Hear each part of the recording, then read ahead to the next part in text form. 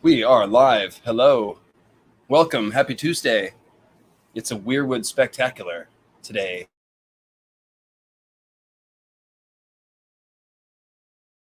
And it is about 4:25 Eastern Time, 4:28. Thanks for bearing with me. Those of you who showed up live, waited those long 8 minutes. So thanks, everybody. Thanks, Elisa, who's here on her lunch break. Woo! Lunch break action. So, guys, we're here to talk Weirwoods. I've got my tool shirt on because we're not going to talk about the low-hanging fruit of the Weirwoods, guys. We're not going to talk about the stuff that you already know. There might have been blood sacrifice to open the eyes of a Weirwood tree. We know that. We know that grain seers hook up to the Weirwood tree and they have the knowledge of all of history. Yada, yada, yada, yada. We know that stuff. We're going for the deep magic, the transcendent nature of the Weirwoods. The Weirwoods as a symbol of the fire of the gods, as a symbol of the world tree. We're going to talk about Yggdrasil. And essentially what we're going to do is kind of two things at once here. So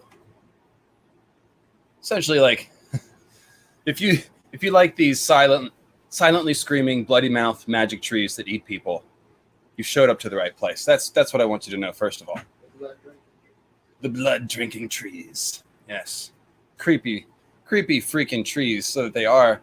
We're going to do essentially a crash course on all of the symbolism and lore of the Weirwoods, which I've uncovered to date in a podcast series called the Weirwood Compendium. But it will also, today's live stream, also act as a good introduction to Weirwood symbolism for those of you who might be newer to the channel and newer to these ideas. So, and also it's going to prepare us for Thursday's live stream, which is going to be Weirwood Compendium 9, tentatively titled The Stallion Who Mounts. And I'm going to present that live, like I said, on Thursday. And it's been a while since we visited the Weirwood Compendium stuff. And we're going to need to reference all the major symbolic ideas that we've discovered so far in the first 8 Weirwood Compendium episodes. So this way, the old school myth heads can get refreshed on the material, including me. I needed to reread it as well. Lots happened in the last year. Cough, cough. And then you guys, the newer to the channel, can get up to speed quickly, and then you'll be able to enjoy Weirwood Compendium 9. Because, I was thinking about just doing Weirwood Compendium 9 2 days ago, this past Sunday. But the thing is, I was like, man, I don't think anybody's ready for this. I don't think it's been so long since we've had our head in this symbolism. And I realized, as I actually drafted the script for Weirwood Compendium 9 over a year ago. And so now I'm basically just reformatting it and getting it together. And it's building on all of the Weirwood Compendium ideas. So to just charge into it would have left you new guys completely just like, what the hell is LML talking about? And, even those of you who are older myth heads may have forgotten exactly what all we've covered, because there's a lot there, and it's pretty heady stuff. So thanks, everyone. I am, of course, a huge Tool fan. Got this one, wrong shoulder, live at the show. Yes. So not in Los Angeles, Tool's from Los Angeles. I saw him in Wisconsin. In any case, like I said, so this is both entry level, and we're going to quickly take you to expert level on Weirwood symbolism. That's kind of what we're doing today. So this is a good one to get started if you're newer. And after you read this, hopefully will whet your appetite to go and check out those Weirwood Compendium podcasts for the full deal. But we're going to dip into a lot of that material today. Yeah. Like I said, the Weirwood trees are really right at the center of A Song of Ice and Fire. Actually, let me just stop on one other thing. I will be taking super chats and questions today, of course. I might hold them for little section breaks if they're not exactly what we're talking about, but I definitely will still be taking questions from you guys. If you want to support the program, you can either send in the super chat via YouTube, or you can do the paypal.me/mythicalastronomy. This is the preferred way to go. I get 100% of the revenue this way, and I will check. You can send in a question with the PayPal as well, and I'll check my email periodically, so I'll get those questions. All right, so like I said, the Weirwood trees are right at the very center of A Song of Ice and Fire. I mean, how not? They represent the mythical idea of the world tree, cosmic axis. But the Weirwoods, of course, ain't no ordinary world tree. They're macabre totems to blood sacrifice, mind control, astral projection, and who knows what other kinds of chaos, perhaps timeline wonkery. And they seem to be linked to the others and the whites. And for thousands of years, all of the Night's Watch brothers have sworn their oaths to guard the realms of men to the Weirwood trees, just as Jon and Sam did in A Game of Thrones. And the Night's Watch seems to have been organized in part by the children of the forest who tend the Weirwood trees. So they really are right at the center of the action. And to make matters worse, the entire Weirwood Compendium is basically all about linking Azor Ahai and all of his dragons and fire magic lore to the Weirwoods as well, which makes them even more central. And in fact, many have speculated that the River Trident bears a clue about how magic works in A Song of Ice and Fire, right? The red, green, and blue forks all flow together to form one mighty river. Perhaps that's a clue about there being a commonality between all magic. Maybe ice and fire magics are outgrowths of green seer and nature magic. After all, ice and fire are both elements of nature. Or perhaps the idea is that there's only one magical source which can be channeled in different forms, whether it's an ice magician or Melisandre-type fire magician or a green seer. Now, whether or not the names of the river forks are a clue, I do think the Weirwoods somehow stand in between ice and fire in one very important way. And this is really what's at the heart of all the magic in this story, and particularly the Long Night story. Basically, Azor Ahai invaded the Weirwoods, and the others seem to have been forced out of the Weirwoods as a result. I've said many times that the others read like disembodied tree spirits. Quinn, my roommate who has the Quinn's Ideas YouTube channel, has a legendary video about the others and their, the influence from the She and the Fomorians, and how that basically implies the others as pissed off, icy nature spirits, icy version of the mound ghosts, if you will. So this is all we've like I said, it's that's basically the story. Azor Ahai invades the Weirwoods, and the others are forced out. So that's not to dismiss my ideas about Knights, King, and Queen creating the others, of course. And I do think there might be some magical sex involved. But there's also a layer of metaphor with Knights, King, and Queen. And all through these recent videos about the others and a new Knights King and all that stuff, I've been saying that there is an important Weirwood element to their creation. There's that strange Weirwood organism at the Night Fort where Knights King and Queen did their magic, right? So it's a big clue about Weirwood being important. Now, that's actually not the topic today, because before I can show you how Azor Ahai's invasion of the Green Sea realm we call the Weirwood Net resulted in the eviction of the tree spirits inside, and how those spirits became part of the beings known as the White Walkers of the Wood, I have to show you that Azor Ahai actually tried to steal the power of the Weirwoods for himself. That's the more controversial part, really. Like the links between the others and well, I'm skipping ahead here. Let me just stick to my little scripted opening here. So that's what the Weirwood Compendium is about, really. The link between Azor Ahai and the Weirwoods. It kind of needed to happen, right? Because Azor Ahai and all the dragon stuff has always been sort of disconnected from Westeros and the main action in comparison to the Starks and the others and the Weirwoods. Dany's plot takes place entirely in Essos so far.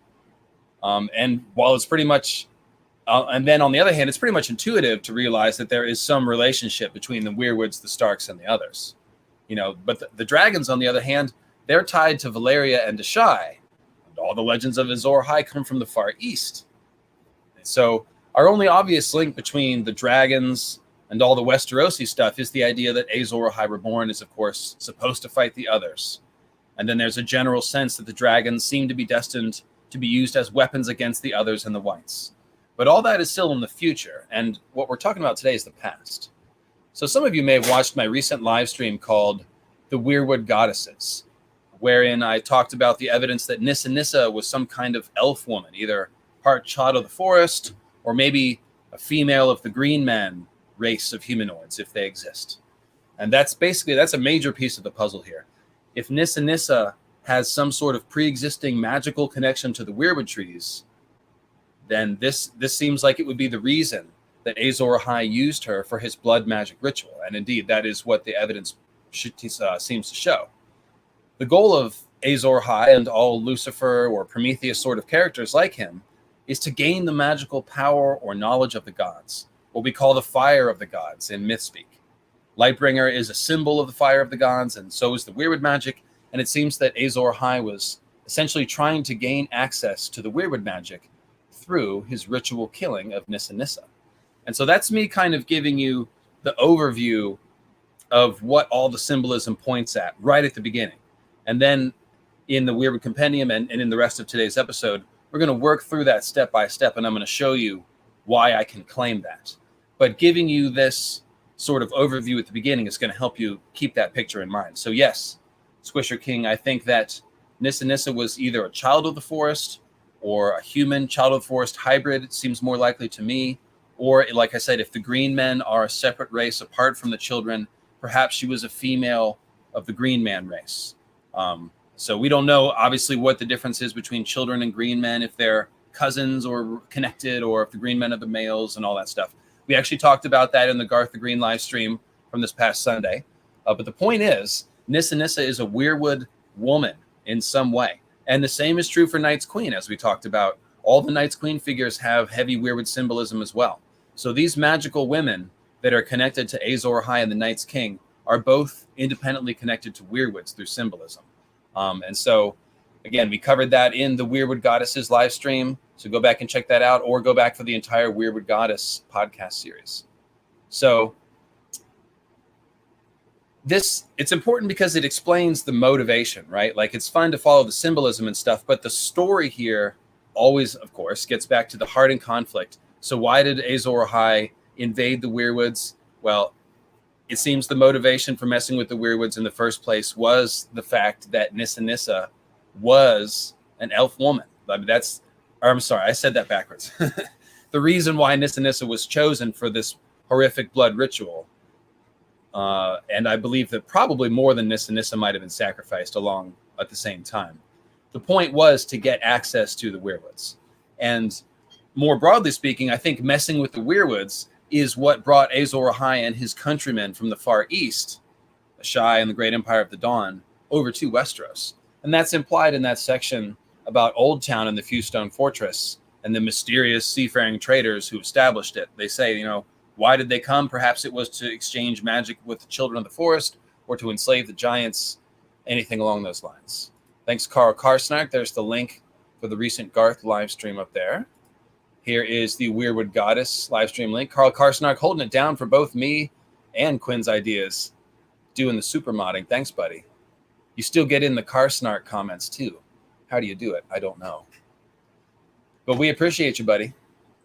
So let's start with Barrick, right?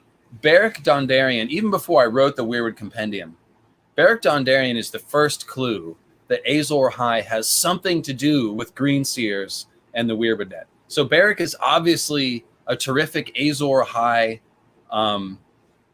parallel. He's got a flaming sword, and he's resurrected with fire magic. So he's powered by R'hllor, okay? And he's defeated death. And again, he's got the flaming sword. So that's all straightforward. And he's also kind of a hero. He's fighting he's defending the people of the Riverlands against the Marauders. So he's doing a very heroic last hero Azor Ahai sort of impression. The thing is, he also shares a ton of symbolism with Bloodraven, of course. He's got one eye put out and his other eye is red, just like Bloodraven. He's got a black cloak, just like Bloodraven has a black cloak. Most importantly, when we first see Barrick, he's literally sitting in a nest of weirwood roots.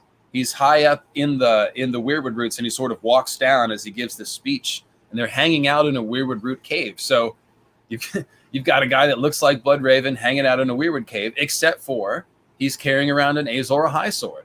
So what is that supposed to mean? Does that mean Azor Ahai hung out in a weirwood cave? Does it mean he's a Greenseer? Well, it suggests some connection, right? I mean, that's where it started for me. It's the first thing that I noticed. And by the way, I see this question about Amethyst Empress. I, of course, suggested that Nissa Nissa and the Amethyst Empress are the same person. So am I suggesting that the Amethyst Empress was ergo some sort of elf woman? Yes, I absolutely am.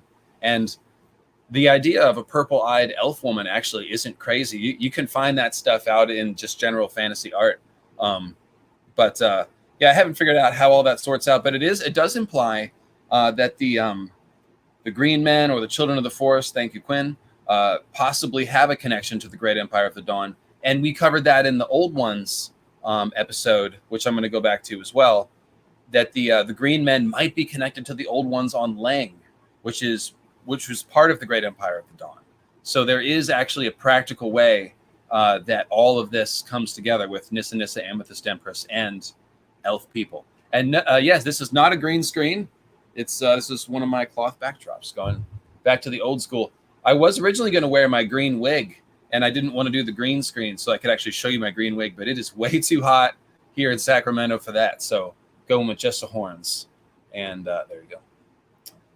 So the other thing about the match between Barrick and Bloodraven is it also makes me think of Jon Snow, right? So Bloodraven is in a Weirwood cave and he's in the Weirwood trees.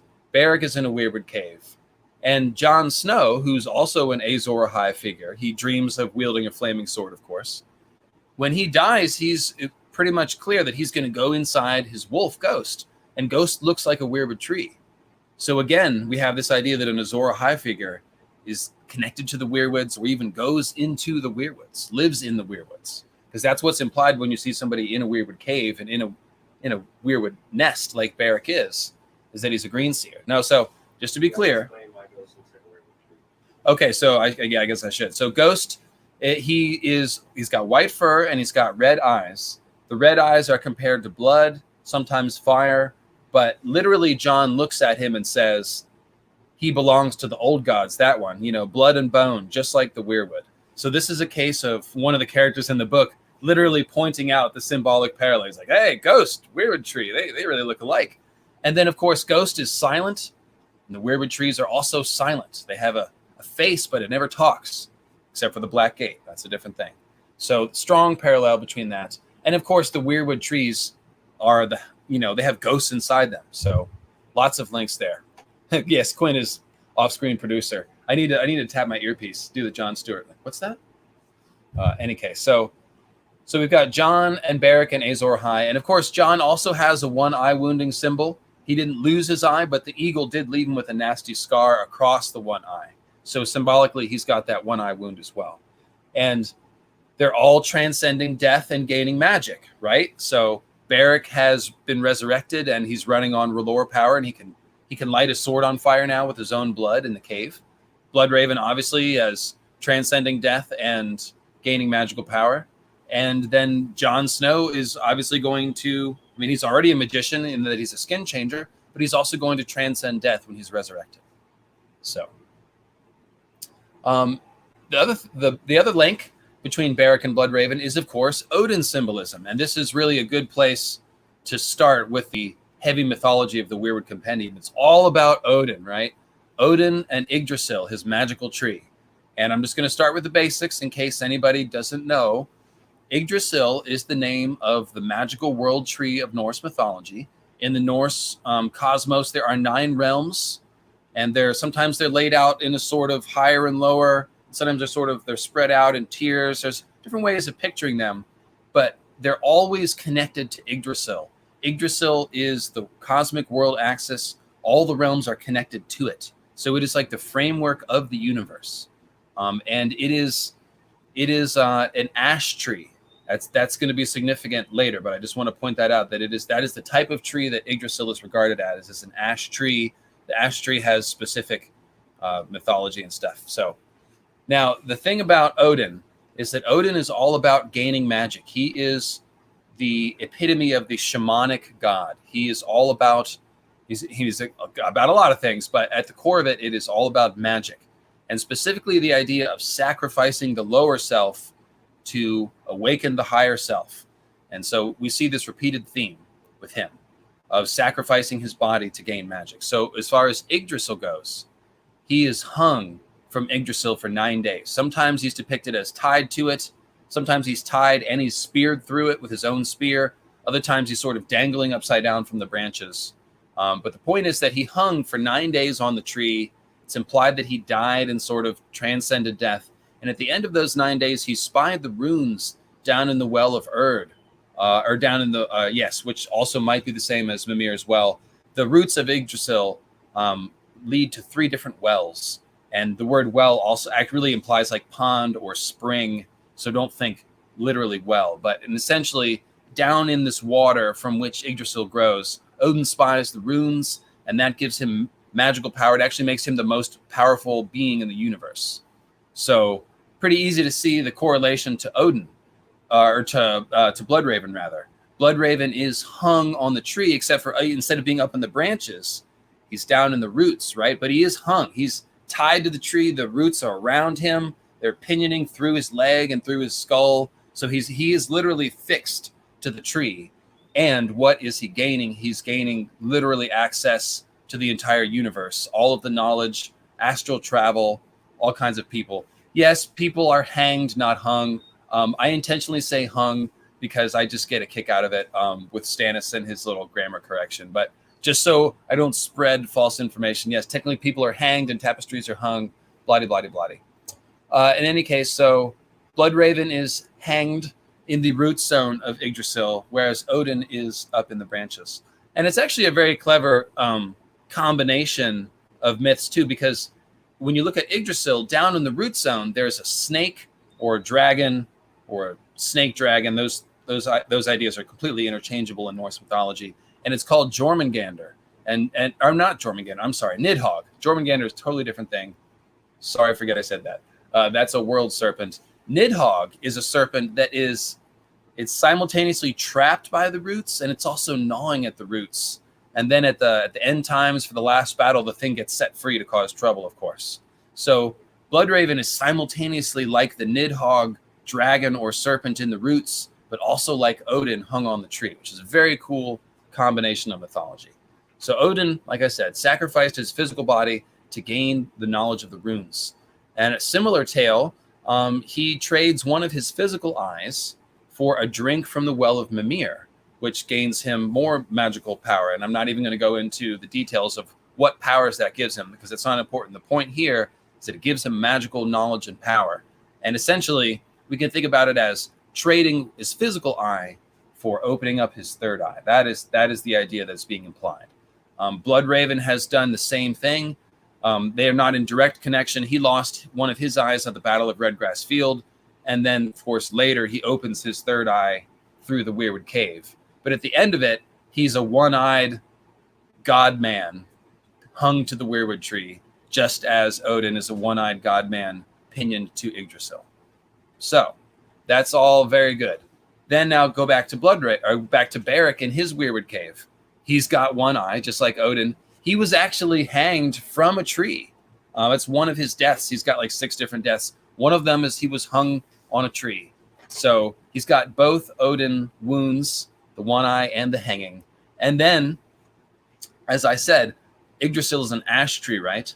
Well, the first time Barrick was resurrected, maybe not the first time, I shouldn't say that. One of the times that Barrick was resurrected, it was literally in a grove of ash trees.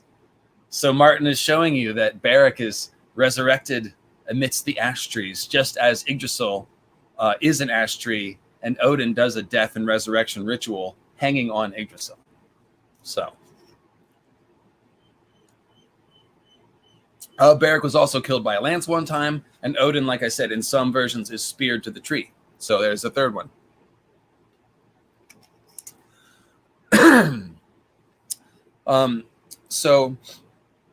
Let's see here. And by the way, just to hype you up for Thursday in Weirwood Compendium 9, I've got a huge section on Dunk and the battle, the trial by 7, and his fight with Arion Brightflame from the Mystery Night. So you guys have been asking me for Dunk and Egg stuff. Thursday is your day. It's awesome, awesome stuff coming your way. So the other thing about Yggdrasil and Odin that we need to talk about, actually no. So let's stick with the idea of being reborn from the ash, right? So Barrick is reborn in a grove of ash trees. Bloodraven, his one eye looks like the last coal in a fire. So it's an ember in the ashes. And then if you look at Azor Ahai, Melisandre describes him directly as an ember in the ashes. She says, even an ember in the ashes can spark a great flame, and Azor Ahai will be reborn. So then you look at Dany, when she does her dragon waking ritual, Jorah finds her covered in ash. And it says, she's amidst the ashes, covered in ash. So Dany symbolically dies in fire and is reborn from the ashes. And yes, George is doing a wordplay here where sometimes it's the ashes of a fire and sometimes it's an ash tree. And we're going to tell you how those are connected too. Because what happens when you set a tree on fire? You get ash. And the weirwood trees are symbolic burning trees. And I'm getting ahead of myself, but we'll get to that. And then, of course, Jon, when he's resurrected, he's going to be reborn from the weirwood-looking wolf, but also possibly from the fire ashes too, because at some point it seems like Melisandre and her fire magic will be involved in Jon's resurrection. I speculated that Ghost, the wolf body, could get burned, and then you'll have the Jon Ghost merged spirit, the Wolfman spirit, get put back in Jon's body, so that both Ghost the wolf and Jon will be living in Jon's body after the wolf gets burned. And weirwoods are frequently burned, so to me that would make sense. And then you'd have the whole reborn from the ashes symbolism, yada, yada, yada. But we have a lot to cover today, so let me keep going. And real quick, let me check on something. Oh, I've got a couple of PayPals. Delis says, magical sex right beneath the weirwood tree. It's coming, guys. It's definitely coming. Jon dreams about having sex with Ygritte in the weirwood pond in Winterfell, and then she melts and turns into blood and bone, which is actually a terrific Nissa Nissa weirwood net scene. Ygritte is Jon's Nissa Nissa, and she turns into blood and bone, which is the exact coloring of the weirwood in front of the weirwood tree, and she's merging into the pond, which is the whole Green Sea metaphor, which we'll also get to today if you're not tuned into that. Don't worry. We'll explain that as well. And I got one from Black Dow. Huge fan, longtime lurker. When Bran has one of his earliest dreams, green dreams, and he sees the world, he views the north beyond the wall. I took this one last time about, the curtain of light and what Bran blocked out. So that was, I did answer that one on a previous live stream, but I forget which one. So real quickly, the curtain of light seems to be the Aurora Borealis. What he looked into was the heart of winter. And what he would have seen there maybe not was even a specific thing, but rather the overwhelming sense of dread, like in a Lovecraftian sense of seeing something so terrible he didn't even understand it. Kind of like, think of the creepiest dream you ever saw. If you've ever had a dream about like an alien like watching you from the window or something super freaky like that, and it just instantly terrifies you. If you've ever seen a ghost or something like that, that's the feeling that I think Martin is trying to evoke in that scene. What's actually in the heart of winter, I would suspect a frozen weirwood tree or an oily black stone or both. So thanks, guys, for sending in those donations and funding the program. And times are very tight this month in particular, so those PayPal things are kind of keeping me alive right now, guys. So really appreciate that. I'm trying to crank out the material and keep you all busy during these times of social distancing. So hopefully the relationship is working out for everyone. Back to the script. We are talking about the fire of the gods, guys. The fire of the gods is really what this is all about. The integration of so much Odin mythology in A Song of Ice and Fire, and there's a lot more to come, believe me, implies that the idea of a person who sacrifices so much to reach for the knowledge and power of the gods is a very important theme in A Song of Ice and Fire. The whole idea, like I said, sacrificing your lower self or your physical self to gain magical power, to awaken your higher self. Odin is hanged and pierced to the tree, dies but sees the runes and defeats death. Or he trades a physical eye for third eye vision. Prometheus steals fire from the gods and gives it to man, but then ends up chained and eaten anew every day by a giant eagle. That sucks. Lucifer, the Lightbringer, quote unquote. As the snake in the Garden of Eden, he brings enlightenment and consciousness expansion to mankind. But of course, he's been banished to hell by God long ago for daring to question his authority. Again, quote unquote, according to the mythology. And even Eve and then Adam can also be seen as reaching for the fire of the gods by eating the fruit of the tree of the knowledge of good and evil.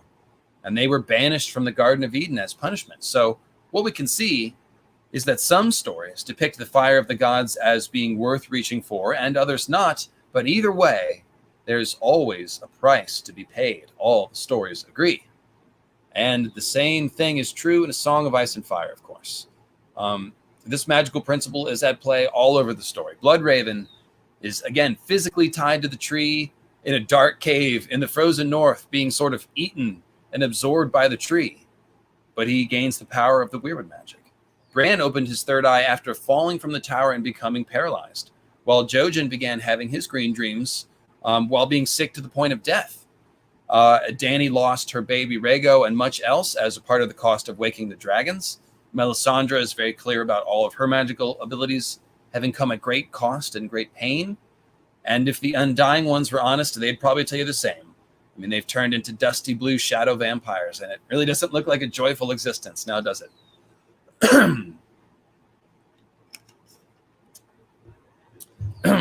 How's everybody doing out there? I am keeping an eye on the chat here as we roll. So we also see the darker version of this idea in the form of people who sacrifice other people to gain magical power instead of themselves. They're reaching for the fire of the gods too, but they're trying to offload the cost onto others to some extent. The Undying are certainly doing this. Euron seems to be into this kind of thing. And obviously all the Relorist ideas about waking a dragon by sacrificing someone with king's blood are illustrating this concept as well. Sometimes there's gray area too. Dany walked into the pyre herself, symbolically sacrificing herself, but she also killed Mary Mazdor and used her death to pay for the life of the dragons. Rhaego is kind of right in the middle of that gray area. It's sort of implied that his death may have also helped pay for the life of the dragons. And Mary Mazdor argues that Dany knew that she was sacrificing her baby by asking her to resurrect Drogo, although that's not clear to me at all, since she was carried into the tent against her will by Jorah when the baby actually miscarried. And obviously magic was at play, since Rhaego came out deformed and dead, and obviously Mary Mazdor had her own motives as well. What do I think will happen to the remaining children of the forest at the end of the series? Well, they're on the way out, so it could be that they disappear. But I didn't like how the last one just blew herself up and then we didn't see from them anymore on the show. That didn't seem right to me. I think they will continue to play a larger role. And I think that Bran's going to have to run into the Green Men too. So the Green Men are going to be an extension of that Children of the Forest plotline. Yeah, shout out to the Gray Area, of course. Terrific YouTube channel. And always recommend her Memory, Sorrow, and Thorn playlist, as it has strong Song of Ice and Fire parallels, which are very interesting. So, like I said,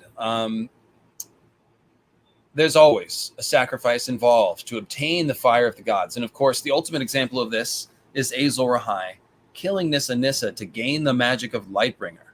The myth presents Azor Ahai as essentially making a personal sacrifice by killing his wife whom he loved, while I contend that this is closer to a Euron type of thing, a predatory act of blood sacrifice, more along the lines of the Bloodstone Emperor killing the Amethyst Empress and causing the Long Night and working dark magic. But again, whatever the motif, the pattern is still present. The fire of the gods, which Azor Ahai obtained.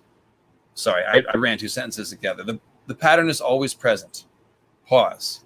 Drink vitamin water.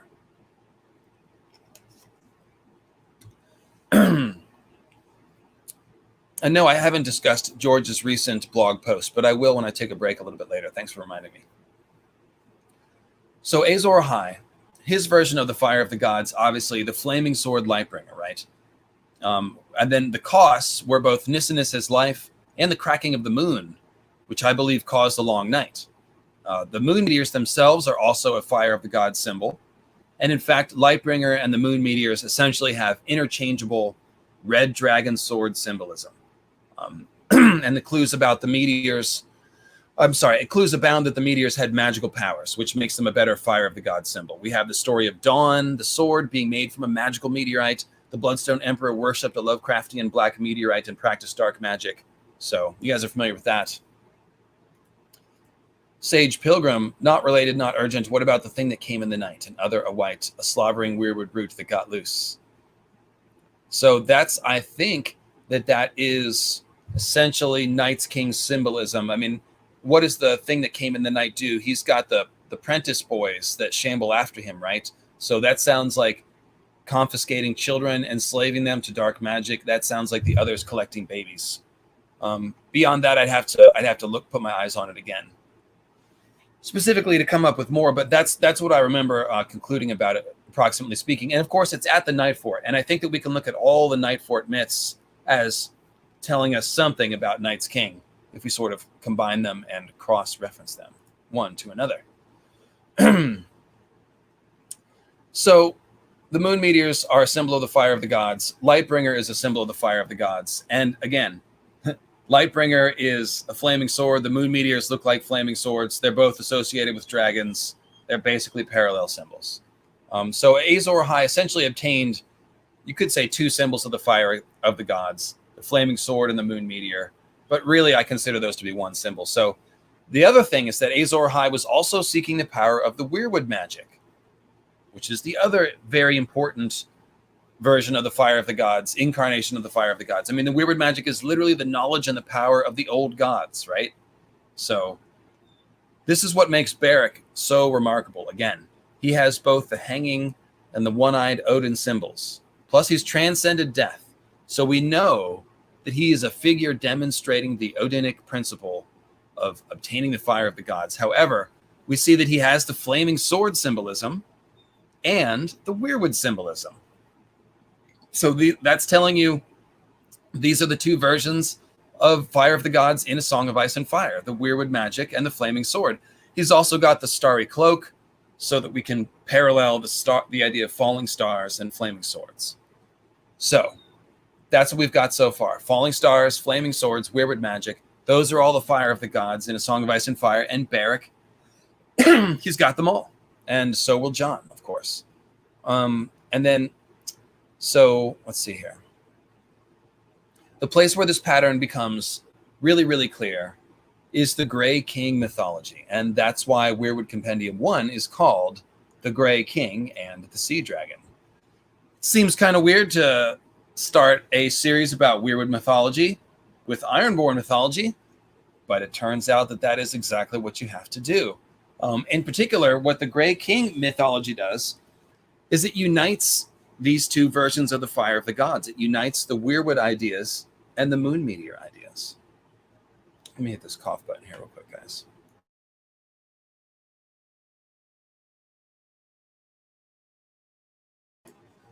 In fact, let me just get a breath of fresh air real quick, just to kind of clear out the cobwebs. I know 1:20 Central Time is coming in 15 minutes, but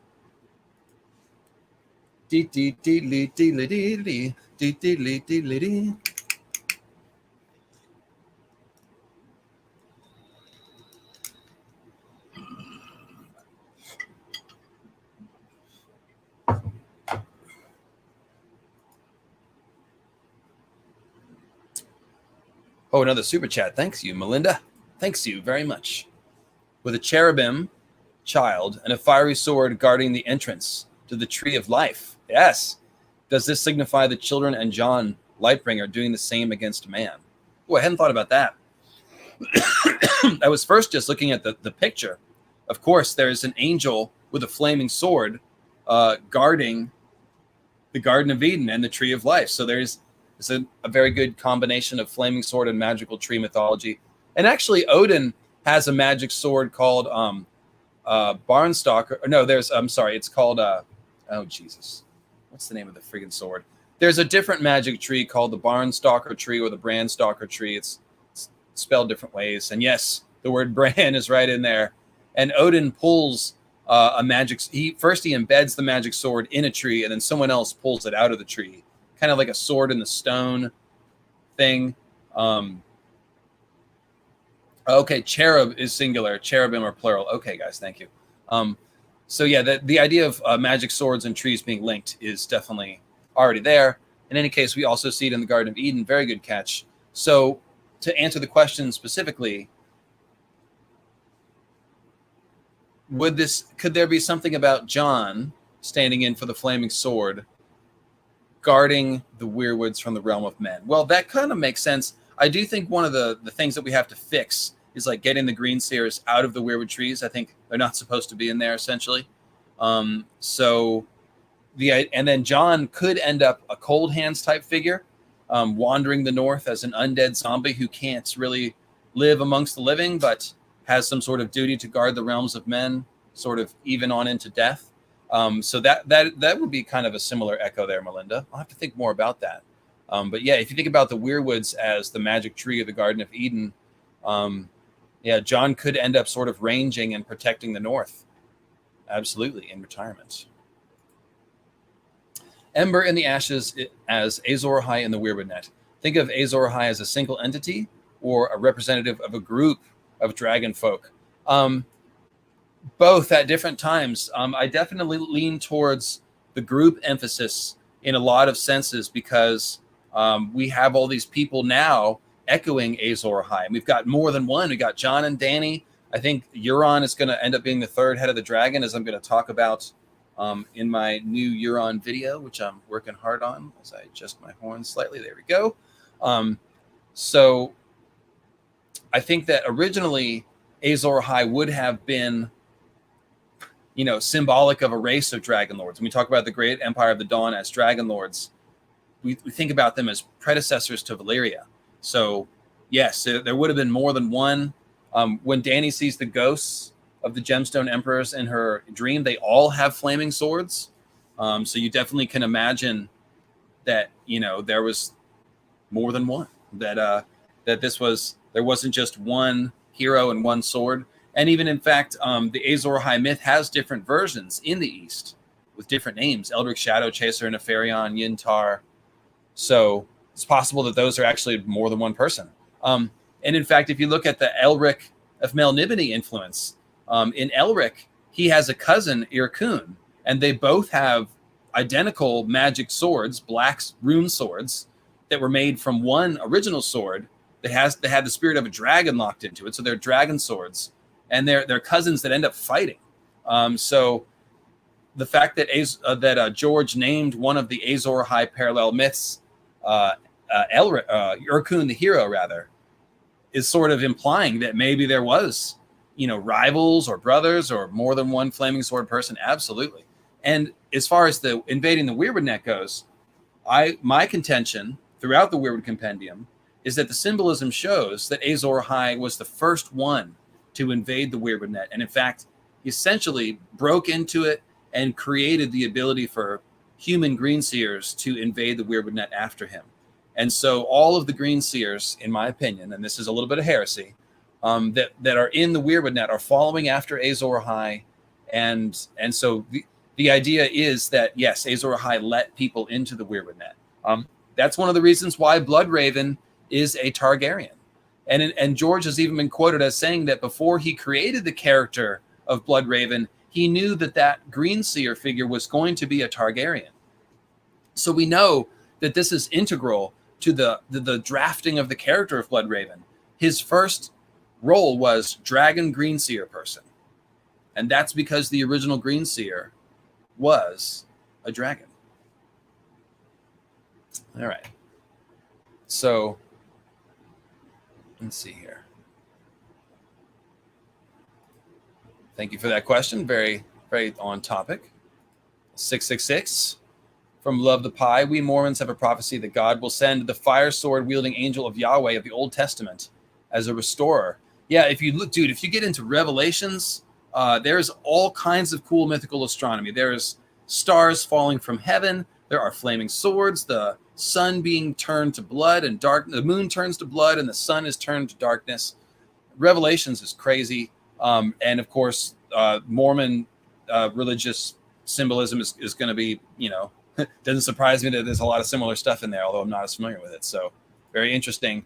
Definitely. And George, of course, grew up Catholic. So he's got a lot of biblical ideas that work their way into A Song of Ice and Fire. And I love to highlight those whenever I can. Because, and let me just freelance here. All religions are mythology, you can say, or you can say that all religions have their own mythology. Myth is sometimes used in a different sense to mean like lie or falsehood. But when you talk about classical mythology, myth should not be interpreted that way at all. Mythology is basically symbolic, allegorical stories. They are stories, you know, in the Joseph Campbell sense that speak right to the core of human existence. And so all religions have their own mythology. All cultures have their own mythology. And so when I say it's something like Christian mythology, that's just what that means. That's the context that I'm speaking in. Okay, so let's talk about the Grey King. Grey King and the Sea Dragon, Ironborn myth. Wow, this is going to be a very long live stream, guys. We're already an hour in. This is going to be a long one. Hope you guys are strapped in and well fed. So, Aaron Dampere in A Feast for Crows says, Naga had been the first sea dragon, the mightiest ever to rise from the waves. She fed on krakens and leviathans and drowned whole islands in her wrath. Yet the Grey King had slain her, and the drowned god had changed her bones to stone, so that men might never cease to wonder at the courage of the first of kings. So, that's interesting, right? The sea dragon. Thing is, sea dragon is a way that Grey King possesses fire of the gods. So a bit later we hear that the Grey King's hall had been warmed by Naga's living fire, which the Grey King had made his thrall. So that's interesting. The sea dragon's not exactly a god. However, it is a magical creature. And it somehow has fire that Grey King can possess as his thrall. So he's obtained magical fire here. And he's done it by performing, a heroic deed. So then, not satisfied with this, he's looking for more fire of the gods. So the World of Ice and Fire tells us that he got some fire of the gods from the storm god. It says, the deeds attributed to the Grey King by the priests and singers of the Iron Islands are many and marvelous. It was the Grey King who brought fire to the earth by taunting the storm god until he lashed down with a thunderbolt, setting a tree ablaze. So this is very clearly fire of the god stuff. The storm god is a god. And this sounds like the Prometheus language, brought fire to the earth for the first time. And similar to the way that Prometheus taught many things to the race of man, the Grey King also teaches the Ironborn how to sail and weave nets. So he's also a culture bringer when he's bringing the fire down from the storm god.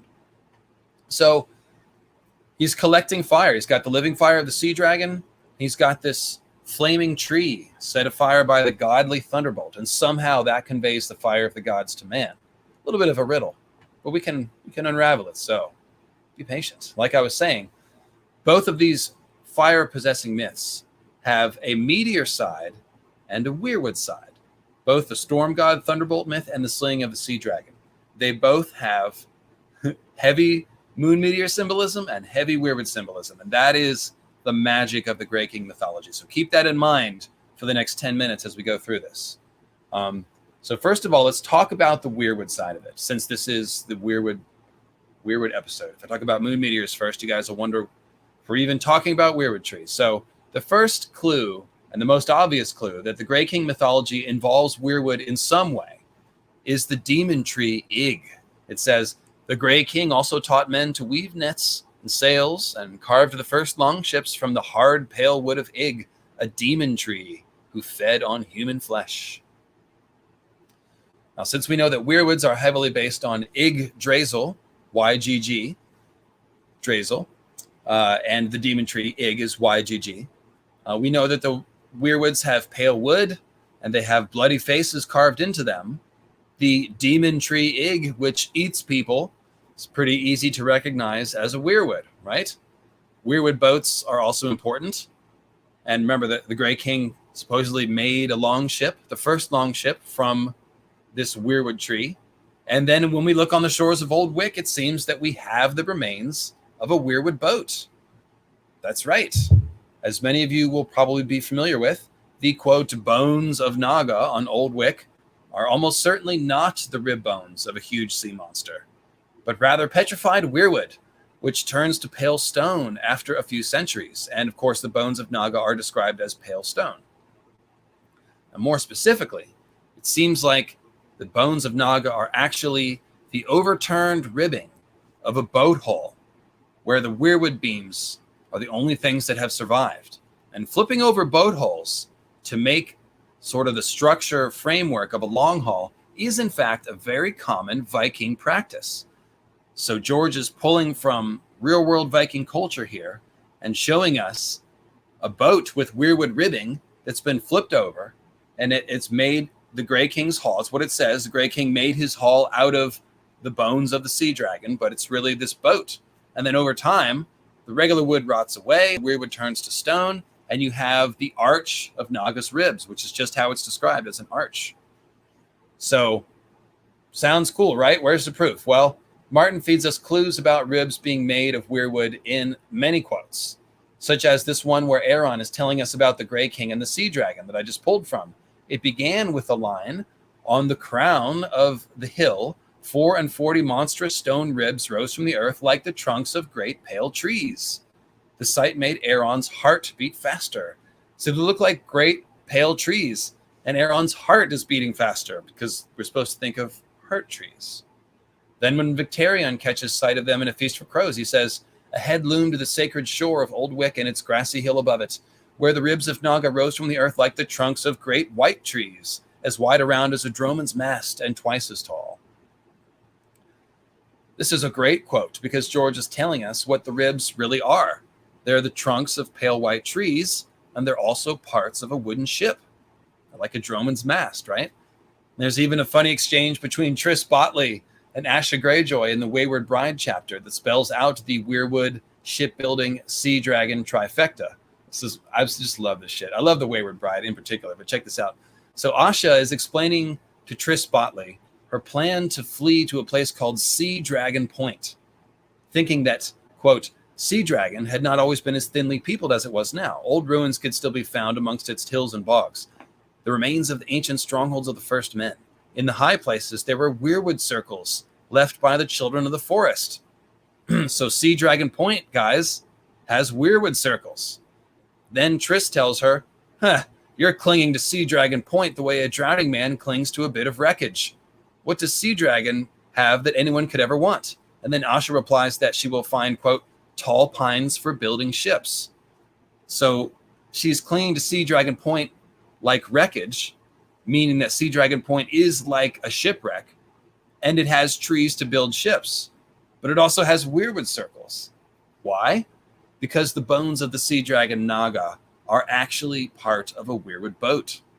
It's pretty great stuff there. I love that. Hope you guys are...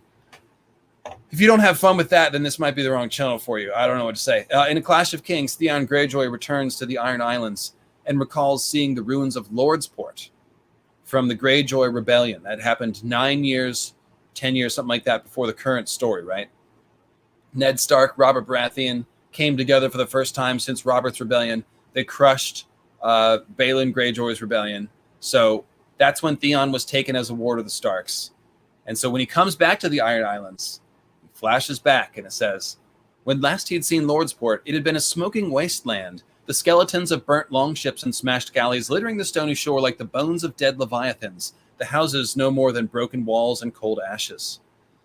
So the skeletons of burnt ships look like the bones of a dead leviathan. And although whales and any large sea creature can be called a leviathan, the leviathan is, of course, an actual mythical creature from the Bible, and it is, in fact, a sea dragon, very much in the tradition of Tiamat or Lotan or even Jormungandr. Those kinds of sea dragons are always slain, frequently by storm gods. It's a reoccurring motif in mythology. But point is, Martin is telling us again that shipwrecks and sea dragon skeletons look similar and can be mistaken for one another. And indeed, that's what happened. Is that the Weirwood boat flipped over, kind of looks like a rib cage, and over time, people began to believe that it was actually a sea dragon skeleton. Someone, Paladin Pony, is asking, does that mean sea dragons are not real? No, it doesn't. Sea dragons can still be real. George loves to give us every version of a symbol quite often. So we've got moon meteors that are like swords and dragons, but we've also got flaming swords and dragons. And the flaming swords are made with dragon fire, and the people who ride the dragons have magic swords and worship meteors. So you get all the versions of it. So, I think that ice spiders are a symbol of weirwood trees, frozen with their branches weighed down so that they look like literal ice spiders. And the idea of the others riding the ice spiders implies that the others are powered by the weirwoods. But I think we'll also get actual ice spiders because why not? They're cool. So that seems to be Martin's style. So where were we here? Okay, so then we have the tale of another Ironborn legendary figure named Galen Whitestaff. And the World of Ice and Fire tells us that, quote, in some tales, his staff was made of weirwood, and in others, it's made from one of Naga's bones. So again and again, Martin is inviting us to think of weirwood anytime he mentions anything about the sea dragon Naga. He's basically telling us they're interchangeable. People mistake Naga's bones for weirwood all the time, or vice versa, whichever it means. Noob Smoke 92, and please tell me if that's a Mortal Kombat Noob Saibot reference. I asked you that last time. I'm dying to know. Hey LML, what about Jaime becoming the new leader of the Brotherhood Without Banners and an Azor Ahai figure? Totally possible. One-eyed, one-handed, Barrick-like, new smiling knight, half a corpse, half a god. Oh yes, no, he's definitely got Azor Ahai symbolism, tons of it. He's not one-eyed. Well, he does get he doesn't have a permanent one-eye wound, but when he fights with Brienne in the creek, one eye gets swollen shut with blood. So he does have some of that symbolism. Yes, totally. He's headed towards becoming some sort of like icy, like good other figure, kind of like he's turning frozen and stuff. But he's also an Azor Ahai figure. I should probably do a dedicated Jaime symbolism video sometime. It seems like that's probably overdue. I mentioned him here and there, but somehow I haven't done a Jaime-centric episode. I guess that's kind of embarrassing. Yes, it is Mortal Kombat. Sweet. Noob Saibot wins. Fatality. Toasty. All right, there you go. Fight. Friendship. Babality. There's my Mortal Kombat soundtrack playlist. All right, so back to the staff. Back to the script. Like I said, Galen Whitestaff, weirwood, or Naga's bones. So pretty much can conclude at this point that the Naga's ribs are weirwood. So along the same lines, the Grey King was supposedly had a tall, pale crown made from Naga's teeth. And he had a throne made from Naga's jaws or Naga's fangs. But it makes more sense if that's all weirwood too. That would mean that he's sitting in a weirwood throne with weirwood roots wrapped around his head, just like Bloodraven. After all, if the sea dragon mythology refers to weirwood, then how does the Grey King possess the, quote, living fire of Naga? How does he possess the living fire of a weirwood? Well, to get the weirwood fire of the gods, you sit in a weirwood throne, and you let the weirwood roots wrap around your head. So there you have it. I mean, this is also reinforced, actually, when Martin chooses to say that the weirwood ribs rise from the crown of Naga's Hill. So Naga's Hill is like a head, and the bones are like a weirwood crown on the hill. So it's double weirwood crown symbolism. And also there's a couple of scenes when the red leaf canopy of the weirwood is referred to as a crown. So the weirwoods were crowned with red leaves in a John scene, for example. And we've got over 420 people watching. Thank you, everyone. I'll just plowing on, not even looking. That's awesome. Everyone click the like button and leave a comment on your way out whenever the stream is over. Those are the two things you can do to help. Also, make sure you click the subscribe button. But mostly just thank you. Hope you're having fun. Okay, so the other myth is the one about the storm god's thunderbolt setting the tree ablaze, right? And this somehow conferred the fire of the gods to the Grey King. Well, like I said earlier, the burning tree is also a weirwood symbol. So here's a Theon quote from A Clash of Kings when he's briefly posing as the Lord of Winterfell, when he's taken Winterfell from Bran and Rickon. It says, "He watched the forest go from gray to green below him as the light filtered through the silent trees. On his left, he could see tower tops above the inner wall, their roofs gilded by the rising sun.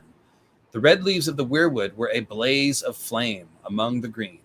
Ned Stark's tree, he thought, and Stark's wood. Stark's castle, Stark's sword, Stark's gods.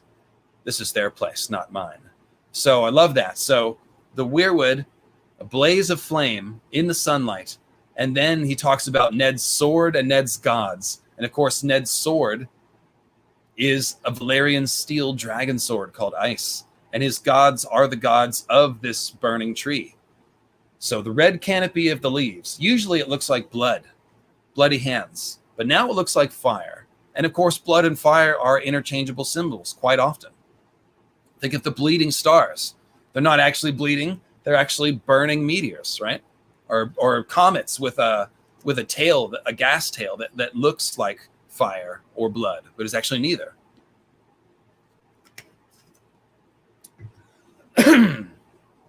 So think of this as borrowing a bit from the burning bush of Moses, guys, which burned but was not consumed and spoke with the voice of God through an angel, actually, who was standing inside the burning bush. The Weirwoods live forever, and they always look like they're burning and bleeding, but they never die, right? They're eternal. So they're kind of just like a glass candle is a flame that burns but is not consumed. The Weirwoods are very much the same thing. They live forever. They always look like they're on fire. And they do indeed convey the fire of the gods to man, just as the burning tree of the Grey King myth did, right? So you can see the similar message here between the sea dragon and the thunderbolt storm god myth. The Grey King obtained the living fire of the old gods through the Weirwoods. So, I mean, if you get nothing else from this podcast, that is incredible use of symbolism.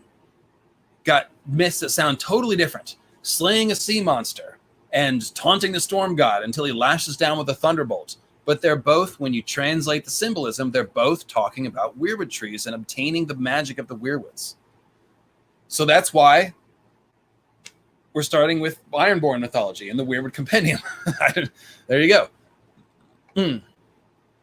There's a good question. Do I think the Weirwood arrows would have done anything to Aegon and his sister's dragons? I think it's possible. It's hard to say. I don't have a hunch of whether or not it's definitely true, but I love the idea. And of course, that is the king who knelt. Was that which King Stark was it that knelt to the Targaryens? Was it? Oh, man, I've got so many names in my head. In any case, his brother had a plan to cut Weirwood arrows. Torrhen Stark, thank you. The king who knelt. His brother wanted to make Weirwood arrows and try to slay the dragons. He thought for some reason that would work. So that is an interesting idea. I do think there should be an anti-dragon weapon. Like we've seen that, dragon glass and presumably Valyrian steel can slay the others with a touch. So it would make sense if there were, let's say, an ice weapon from the others. Or I've suggested that Dawn could be a dragon-slaying sword because it has so much ice symbolism. Or perhaps even Weirwood arrows. Brandon Snow was his name, the bastard brother of Torrhen Stark. So he actually went over and formed a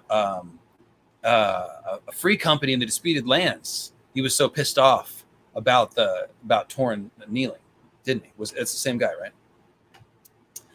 In any case, so let's talk about the moon meteor side of these two myths. Like I said, the sea dragon and the thunderbolt are also about moon meteors too. So if meteors can be described as dragons, then a sea dragon that, quote, drowns whole islands in its wrath, well, that just sounds like a meteor impact near the coast, either on the coast or in the ocean anywhere near the coast, which caused huge tidal waves. And that's exactly what happens when any sort of meteor strikes the ocean. You can have tidal waves like literally 1,000 feet high. I mean, off the charts. Like you think the flood in Indonesia was bad. I mean, it was horrific. Those waves were like 100 to 200 feet. And actually they were mostly deadly because they were long and powerful.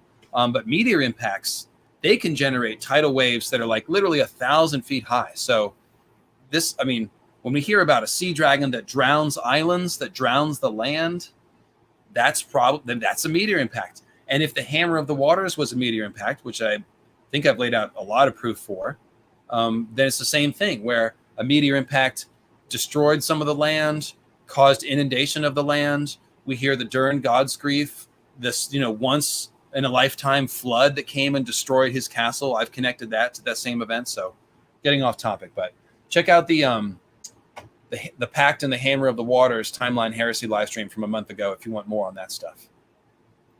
So the sea dragon sounds like a meteor, like I said. And then how do you possess the meteor fire? Well, that could simply mean working magic from the meteorite, like the Bloodstone Emperor. He worshipped his black meteor stone. Or it could mean making weapons from meteors. Dawn is made from a meteor. The original Lightbringer of Azor Ahai could have been made from that black meteor stone I've suggested.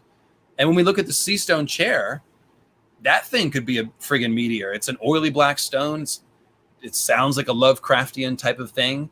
And of course, the Bloodstone Emperor worshipped his black meteor in Ahai, which is a city made of oily black stone.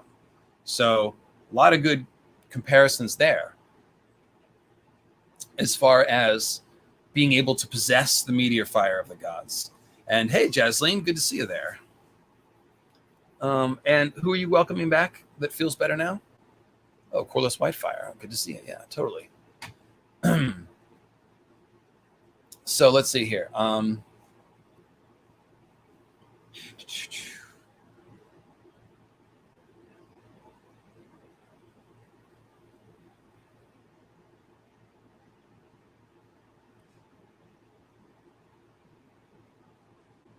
Okay, so getting back to the sea dragon, there's also, so the sea dragon was slain, right? The Grey King slew the sea dragon. And that sounds like the sea dragon is acting as the moon, right? Because the moon was essentially slain in the black ocean of the sky. And its living fire then fell to earth as the meteors. So if the Grey King mythology is actually about Azor Ahai, which, spoiler alert, the Grey King seems like either Azor Ahai or an Azor Ahai person if it was a group of people.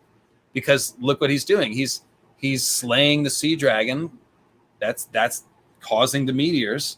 And then that results in the huge tidal waves and him possessing the fire of the gods. Just like Azor Ahai possessed the fire of the gods by breaking the moon. It's essentially the same similar story. So the thunderbolt that set the tree ablaze, well, that already sounds like a meteor impact. It's a powerful, fiery thing that strikes down from the heavens and sets things on fire, right? Now we covered a lot of detail about this in the Mountain versus the Viper and the Hammer of the Waters.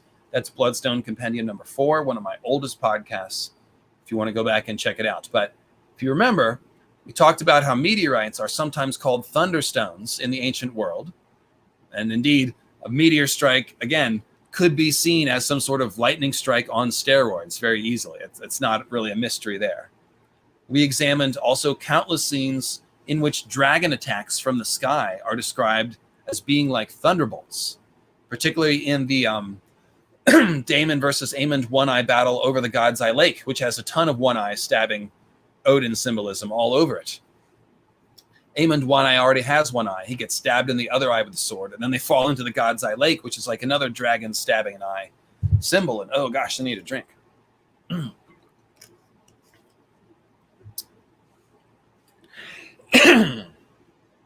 And of course, every time we see dragons falling like thunderbolts, it's right in the middle of a whole bunch of long night symbolism.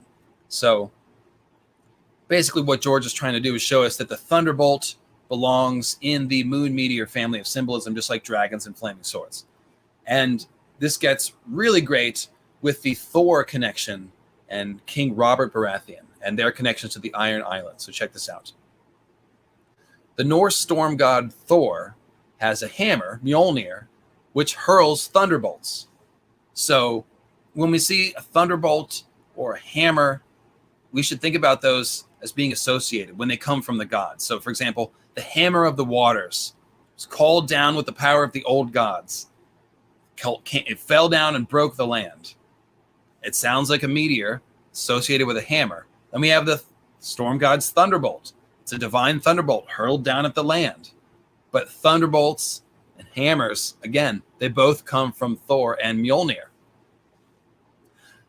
So then we have King Robert, who's a very clear echo of Thor, attack the Iron Islands during the Greyjoy Rebellion, and then he brings all the moon meteor symbolism with him. Hammers, thunderbolts, and flaming swords. So check this out. It was nigh on sunset when they reached the walls of Pike, a crescent of dark stone that ran from cliff to cliff, with the gatehouse in the center and 3 square towers to either side. Theon could still make out the scars left by the stones of Robert Baratheon's catapults. A new south tower had risen from the ruins of the old, its stone a paler shade of gray, and as yet unmarred by patches of lichen. That was where Robert had made his breach, swarming in over the rubble and corpses with his warhammer in hand, and Ned Stark at his side. Theon had watched from the safety of the sea tower, and sometimes he still saw the torches in his dreams and heard the dull thunder of the collapse. So we've got Pike's walls of dark stone being called a crescent. So that puts us in mind of the lunar crescent, the moon like a stone egg, which hatched to birth the dragons, right? And of course, all the related sickle, crescent, moon, curving knife, sacrificial symbolism that's tied to the crescent moon. So Robert hurled stones at the crescent, which is like a fairly literal moon meteor symbol, right? Literally a flying stone, throwing it at the crescent moon symbol. Then he came through with this warhammer, right? And Theon refers to the thunder of the collapse. So we've got the hammer and the thunderbolt present. So again, hammer of the waters, storm god's thunderbolt, Mjolnir, the hammer that throws the lightning, all being tied to Robert and the attack on the Iron Islands. And then, even better, the first one through the breach created by the thrown stone, well, it's Thoros with a flaming sword. So flaming swords, flying stones, shattered stone crescents, thunder, and hammers, all coming from this storm god figure attacking the Iron Islands. So it's literally like all the Iron Islands mythology come to life. But the sea dragon isn't invited to the party, except for that it is. Remember that quote? When last he'd seen Lordsport, it had been a smoking wasteland, the skeletons of burnt longships and smashed galleys littering the stony shore like the bones of dead leviathans. And this is also the fallout from Robert's attack. So Robert also left the bones of the sea dragon laying around after he was done attacking. So flaming swords, thunderbolts, and hammers, they struck the Iron Islands. They came from a storm god figure. And what is left but shipwrecks that look like sea dragons. It's just, I mean, I don't know. I'm just laughing. It's just great. And Ned probably was not wielding ice. It's said that ice is a ceremonial sword. George has said that he doesn't typically fight with it. It's a little bit too big, at least for Ned anyways. Not the giant Stark ancestors. Those MFers could wield giant swords, but not Ned. Ned's a little small.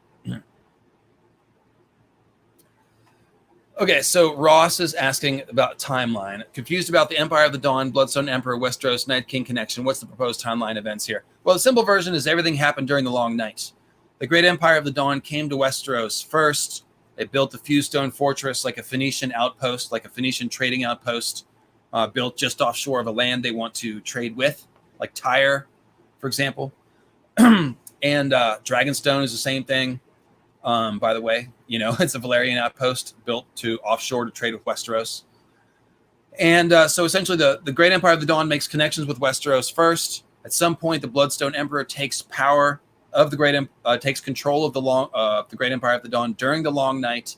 It's unclear if elf people have already been coming back and forth, but I would suspect that Azor Ahai probably killed Nissa on the Isle of Faces, not over in the east. It's just a legend that made its way back to the east. But the Isle of Faces is where the Hammer of the Waters gets called down. It's talking about sacrificing green men. And I think that's actually just talking about Nissa as a child of the forest person. I'm sorry, not sacrificing green men. Sacrificing children of the forest or humans is the story to call down the hammer. And what I'm saying is that Nissa is a human-child hybrid.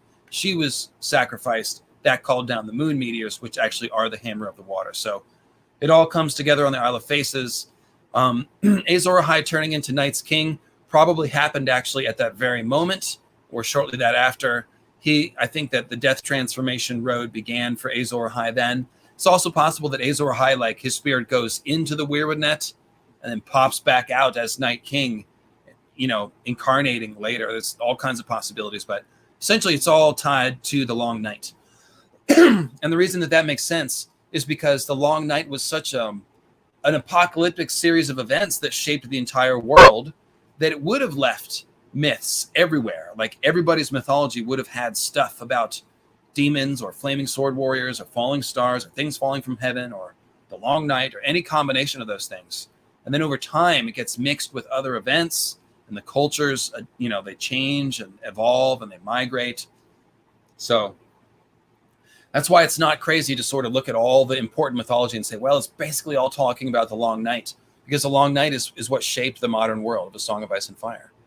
A couple of super chats I see. Thank you, guys. Oh, that's the one I just got. Sorry. Chicken Gizzard. Do you think the Black Gate is a different type of weirwood? Example, live oak, post oak, white oak. So somebody suggested an idea to me, and I apologize, I don't have the name handy. When I used this in an episode, I will cite this person because I think it was a YouTube comment. But I suggested that carving the faces into the weirwoods is unnatural, and it's something that signifies Azor Ahai's entry into the weirwood net, which is basically an abomination. The children of the forest were clearly bonded to the weirwoods before that. So someone has suggested that maybe originally the weirwood trees had moving tree faces like the Black Gate that weren't carved out of blood. They weren't carved, out of the tree. Basically what happened is the original weirwood trees had talking faces, but then later, after the weirwoods were messed up and their spirits were forced out and Azor Ahai the Green Seers invaded the weirwood net, now they carved the faces sort of in imitation of the original thing. And yes, it's kind of like a cargo cult type of deal. Totally. This is my new theory. I've been looking for a way for this to work. I've been saying forever that that the faces shouldn't be carved on the trees. The Green Seers shouldn't be in there. The first faces were carved when Azor Ahai invaded, and that the faces are showing the trees in agony and that they are being violated. This is how that works. The original trees had faces. So one thinks of the living oaken seat upon which Garth's ancestors sat in the Reach. That sounds like more like pre-Azor Ahai magic, where it's a more natural kind of thing. It's just a living tree throne, and the happy stag man sat on it, and all was well, and the animals gathered together, and the birds sang, And it was only Azor Ahai's invasion of the weirwood net that mutated everything, and corrupted everything. And I love it. I think this is where it's at. All right, so let's see, getting back to the script here. Let me actually check. Yes, I've gotten 3 PayPals. You guys are really coming through today. Thank you. Sage Pilgrim. Oh, with a generous super chat and a PayPal. Thank you, Sage Pilgrim. Really appreciate it today. And Mark Daniel, big ups to Mark Daniel, a collection of emojis. In fact, these are so good, I will cut and paste them if I can. There we go. I'll put them right in the chat. You guys can see what kind of joy is coming through. Thanks, Mark Daniel. And Alexander, appreciating my work. Doesn't want to knock me off topic, so no question, but just saying thank you. Thanks, guys. My heart swells with feelings of being appreciated. Nothing better to reward hard work than feeling appreciated. So where are we here? Bones of Naga are a sea dragon. Oh, we're talking about meteors. So I've just shown you that the Thunderbolt is a meteor strike on the Iron Islands and the sea dragon. And so again, if there was a meteor strike that near the Iron Islands, and I think there actually was, usually when a comet or a meteor impacts the Earth, it doesn't stick together. It breaks up in the atmosphere into multiple pieces, and they'll have multiple impacts. You can also get a Tunguska event type of event where it's like an air burst, and it's basically like a firestorm in the sky, and there's no actual impact crater, but just a sound wave and like a fire burst and a pressure burst that just kills everything below it. Any meteor strike also has those things, but I think we definitely should think about the long night as multiple meteor attacks. Melisandre talks about when the stars bleed, so that sounds like plural meteor attacks. So essentially, I do believe one fell in the Iron Islands. And if you go to the longer version of the Grey King and the Sea Dragon, Weirwood Compendium 1, I show you all the scenes where Martin shows us meteors striking the Iron Islands through symbolism. So Theon looks up and he sees the red comet. And then he thinks about how the long point of land upon which the Greyjoys' castle had been built thrust into the sea like a sword, but it had been broken sometime in the ancient past. So literally the land of the castle is like a sword thrust into the sea. And when you think about a meteor striking the sea, that's what that is, a flaming sword falling into the sea. So we've got a sea dragon, thunderbolt, flaming swords, all this family of moon meteor symbolism over and over and over It's implied as the thing that broke the Iron Islands, that hammered the land, that drowned the land. So put it all together, and it seems like there was some sort of flood event here. And if you look at the Grey King mythology, at the very end of his story, it says that all of his stuff was taken back by the sea and reclaimed by the sea. So that sounds like there was a flood there too. So we've basically got all the evidence for a meteor strike here, but we've also got all this Weirwood evidence. And again, the meteors and the Weirwoods are the two symbols of the fire of the gods, and that's what the Grey King stories are all about, obtaining the fire of the gods. So cool follow-up to the lightning strike is Bran. And Weirwood Compendium 2 is called A Burning Brandon. And it's all about Bran's green seer symbolism. And he too has moon meteor and Weirwood symbolism all woven together. So let's start with this story that he's told. It's called The Bad Little Boy Who Was Struck Down by Lightning.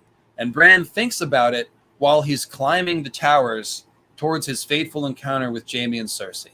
And of course, Jaime pushes him out the window. He lands and he's paralyzed. He goes into the coma.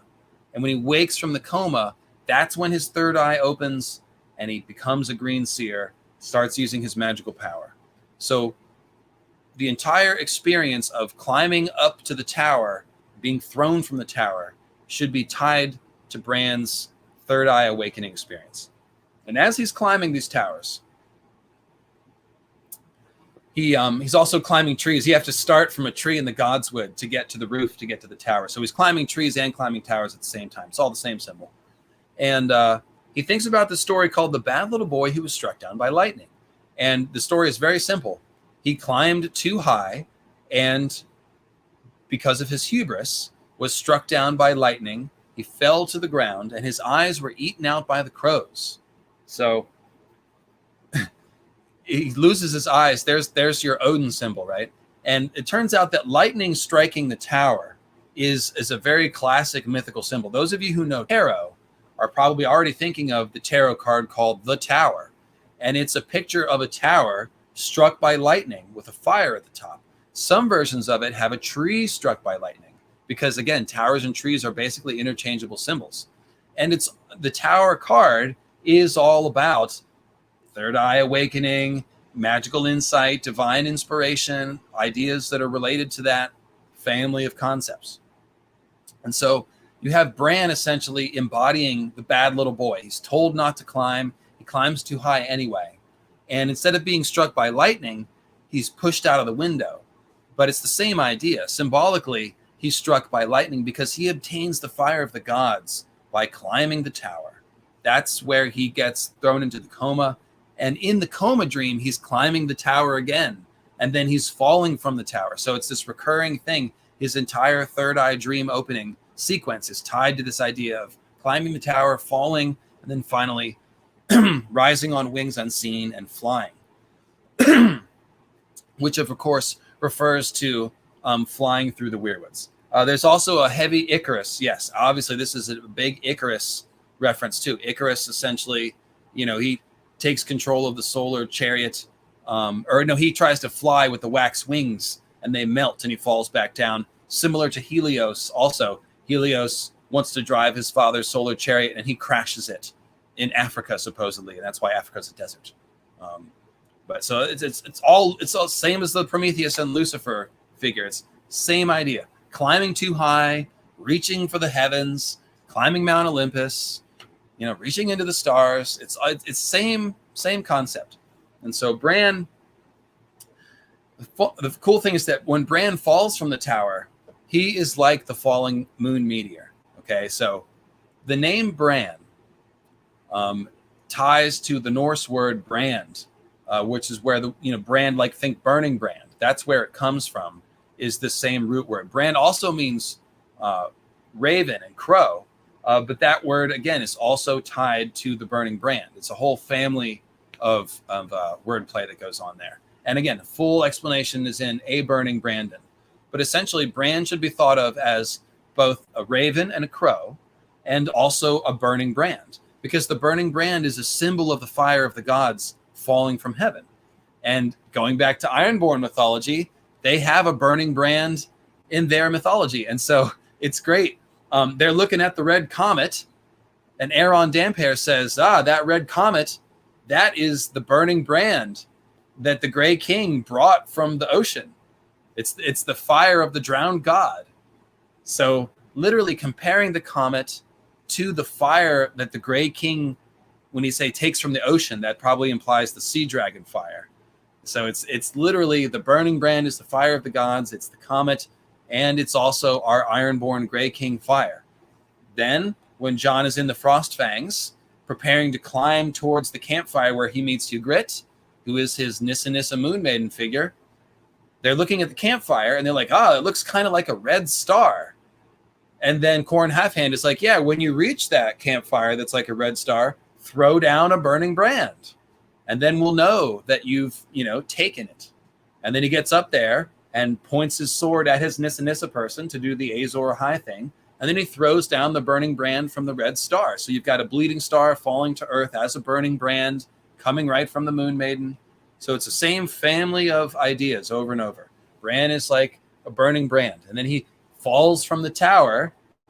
Okay. And Jaime and Cersei are playing the sun and moon role there. Jaime's face is described like the sun in Bran's vision. And then he's got his twin, and they're literally fornicating there up in the sky. Just like the moon wandered too close to the sun and gave birth to the dragon meteors. You have the sun-moon alignment up in the tower, and then you have Bran falling from the sky like a fiery brand, like a meteor. So then, let's see. What else did I talk about in Burning Brandon that I want to make sure I mention? There's definitely some Wicker Man ideas in there. Let's see here. Yeah, the Bran, Crow, Raven stuff is pretty awesome. So yeah, the Old Norse word brander, thank you, Carl Karsnark. It means both fire and sword blade. So it's referring to swords and fire. So, I mean, like, Bran's name can be thought of as Fiery Sword as well as Raven. So I made a joke in my original script that perhaps when he takes Blood Raven's place, his name will be Fire Raven, since Bran means burning brand and fire. Or maybe Burn Raven, if you want to keep the BR monogrammed bath towels the same, reuse them. Yeah, okay. I'm reusing the jokes now. I don't know if I should do that. In any case, so that's Burning Brandon, and there's some more stuff in there. There's a good scene where right before when he's overhearing Jaime and Cersei, he does the Odin hanging from Yggdrasil thing because he hangs upside down from the gargoyle. But the gargoyle is part of Winterfell, which is described as a stone tree. So Winterfell itself is like a weirwood tree, a stone tree, and Bran is the lord of it. He climbs it and then hangs upside down from the gargoyle right before he's thrown out the window to do his sort of sacrificing his physical self to opening his third eye routine. Very cool, very cool. Let's see here. So Cersei, I see somebody asking about Cersei. Cersei is a moon maiden almost all the time. She does switch from ice to fire at times. Sometimes she looks like a statue carved of ice. And when she's imprisoned in the Sept of Baelor and gets her golden, fiery hair shaved off and goes bald, that indicates an ice transformation. And she's freezing cold the whole time. Walking, the entire Sept is an ice symbolism place. But mostly Cersei is a Nissa Nissa fiery moon maiden figure that's comparable to Melisandre or Daenerys symbolically. She has the Catwoman, Child of the Forest symbolism. She's a lioness with the green eyes like a Child of the Forest. But she has tons of wildfire associations, so she's obviously a fiery person. So yeah, Jaime is straight up a solar figure, is described as having a face like the sun. Then you have a fiery moon maiden up there with him. Yeah. And also, Jaime and Cersei's affair kind of destroys the realm too, doesn't it? Just like Azor Ahai and Nissa Nissa, causing the long night, or the sun and moon coming together to cause the apocalypse. So it's very, very, very similar idea. And the same thing with Rhaegar and Lyanna. Lyanna's an ice moon maiden, but it's still sun and moon coming together and is setting fire to the realm with their illicit love relationship. So if I could have anything made of weirwood, what would it be and why? Spear or crossbow? I think a good staff for me, maybe the crown. I think a weirwood crown. I could wear that on a live stream. Yeah, there you go. So it'd be like the Grey King's crown. Yeah, if there's any woodworkers out there who want to carve a driftwood crown that looks pale, we could pretend it's a weirwood crown. Oh, and by the way, that's another Grey King clue that I skipped over. So the Ironborn have a tradition of wearing wooden freaking crowns, right? And I'm saying that the Grey King's crown of sea dragon teeth is actually a weirwood crown. And now they wear driftwood crowns. So this is very easy to spot as a mutated cultural legacy of wearing wooden crowns, is it not? Weirwood nunchucks, I win. Yeah, you end up hurting yourself with weirwood nunchucks, though. That'd be the thing. So yeah, has any wood carvers out there?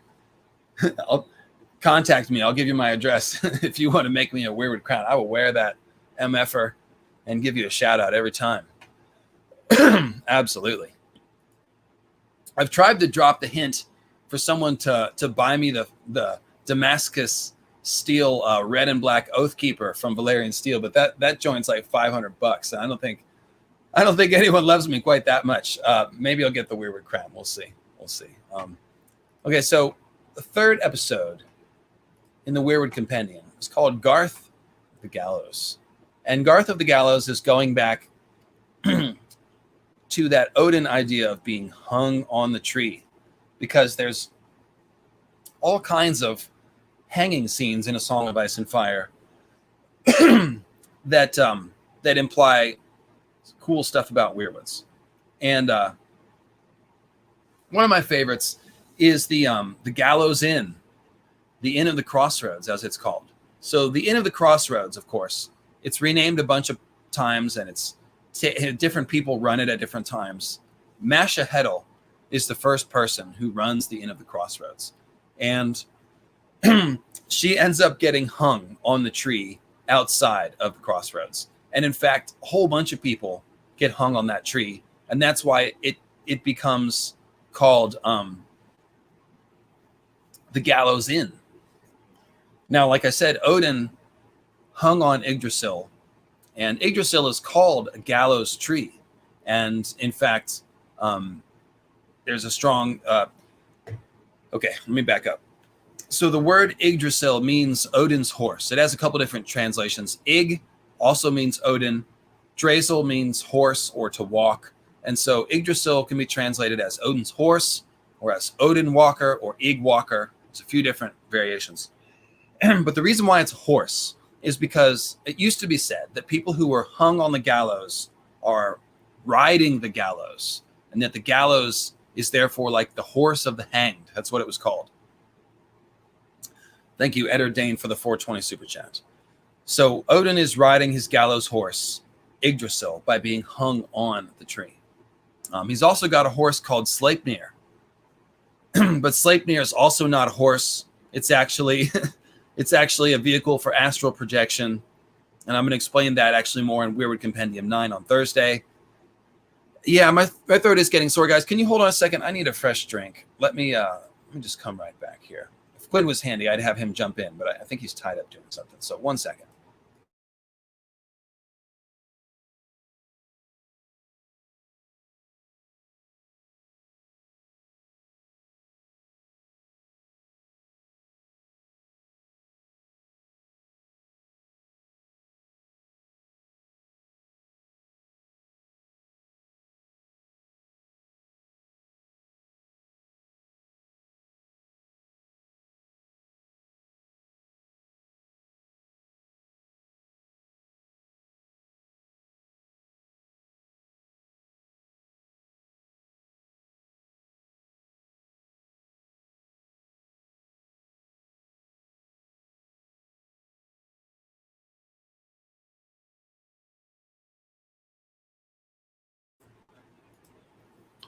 All right, friends. So I got a drink and I got a lozenge. So there might be like 5 minutes, a little bit of lozenge clanking. I will try to do my best. And I'm going to look a little bit like I'm chewing some chaw here, but I don't I don't actually do that. Yeah, so in the words of Jim Carrey, like depositing chewed up birdseed on the desk. Oh, disgusting habit. No, I don't do that. Yeah, so like I said, I'm going to try to lozenge it up here. I do have more material to come with, so got to keep the voice going. Soothing eucalyptus. I can already feel it. Nurturing me. I think you call it car snark. So, let's see here. The Gallows Inn. That's what we were talking about. Yes. So the Inn of the Crossroads. The Inn of the Crossroads is specified as a liminal location. It's built on a river. And when I say liminal, I mean like a place where you cross over between life and death. It's called the Inn of the Crossroads. So we know, just like the phrase, the twins are lords of the crossing. These are places where George is going to show us symbolism of people transcending death, crossing the barrier between life and death. And so sure enough, we have people hung on the tree right out front. Now, let's see. Matt R. Did I mention Matt R's super chat? Let's see. Was that the one that was just a 420? No, that was Eddard Dane. Let me go back. Oh, there we go. Cool. Matt R. Thank you. I remember the first time I encountered you in your work when you were on Nauticast back in the day talking about the brand symbolism. Oh, yes. Those were days long past. That was a really fun podcast we had. I kind of love it when I get to go on other people's show and give them like the symbolism overview right from the beginning and be like, all right, just start and try to do a summary thing. That one turned out pretty well.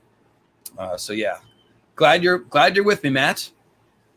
Glad to have gained you as a friend and Mythhead.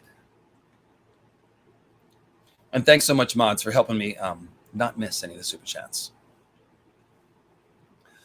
So we've got people hanging, which is an Odin symbol of transcending death. We've got the inn is called the Crossroads. So now we've got to talk about the Weir symbolism of the Weirwoods. So this is where we get into the green sea stuff of Ravenous Reader. So the word Weir is doing a lot of work in Weirwood. It's a reference to Bob Weir of the Grateful Dead. George is a Deadhead and a huge fan of the Grateful Dead. And Grateful Dead, spoiler alert, sing about magic, transcendence, elves, and things like that all the time. So there's a lot of lyrics of the Grateful Dead, particularly from the song Dark Star, for example, that have created visual images like ice roses and stars falling and all these things, dark stars crashing, pouring out light. So there's a lot of Grateful Dead stuff in A Song of Ice and Fire. And the word Weir definitely refers to Bob Weir. But that's like the least that the word Weir refers to. The word Weir also should be read as were, like a werewolf. The Weirwoods are man trees. Like a werewolf is a man wolf, and a weirwood is a man tree, right? And you skin change wolves and trees in basically the same way in this story. So the Weirwoods are also werewoods. But most of all, the most important thing is that a weir is a wooden structure built across a river or a stream that is designed to do two things: to catch fish, because it's got like grating and fencing that the fish get caught in. And it's also designed to regulate the flow of the river. So it's kind of like a soft version of a dam, or it can be a full dam. So a dam and a weir, pretty similar, but the weir in particular has this implication of trapping the fish. And you'll never guess, but another name for a fishing weir is a fish garth. That's right. It's called a fish garth. Don't ask me why. But it's the word garth essentially somehow means trap or catch in that sense. And so the fishing weir is also a fish garth. Hey, now, so the Green Seers, Bloodraven talks about the river of time, and he says, time is like a river, and men are trapped in its flow, but the Weirwoods are not moved by the river. They stand astride the river of time, and it is through those gates that you and I may travel and perceive things. So picture the river of time. Men are like the fish in the river. The Weirwood stands astride the river of time, just like a fishing weir is astride a river, and sometimes those men fish in the river get caught in the fishing weir. And when they do, they're literally caught up in the Weirwood roots. Look at Bloodraven like a fish caught in a fishing weir. Like he's literally caught in a wooden trap. It's tremendous stuff. So the Greenseers, plucked out of the River of Time by the Fishgarth, they can now use the Weirwood powers. And that leads to the very cool Greenseer symbolism that Ravenous Reader, very good friend and frequent contributor to Mythical Astronomy, has discovered. So think about this, all right? The Greenseers, the astral realm in which they inhabit, is kind of like a cosmic ocean or like a sea. The Green Seers live in a sea, a green sea, if you will. And so anytime you have a body of water that's described as green, you should look at symbolism for Green Seers. Like, for example, the green fork of the trident is where a lot of green stuff goes on. And then there's also, well, I don't want to go on that whole sidetrack. But the point is that the Green Seers should be seen as swimming in water. Like it's the River of Time, it's the Green Sea.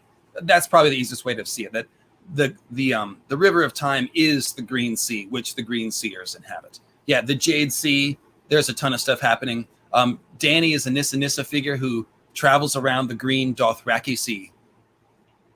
And that's just a clue about Nissa Nissa being tied to the Weirwood Net realm. 1 second.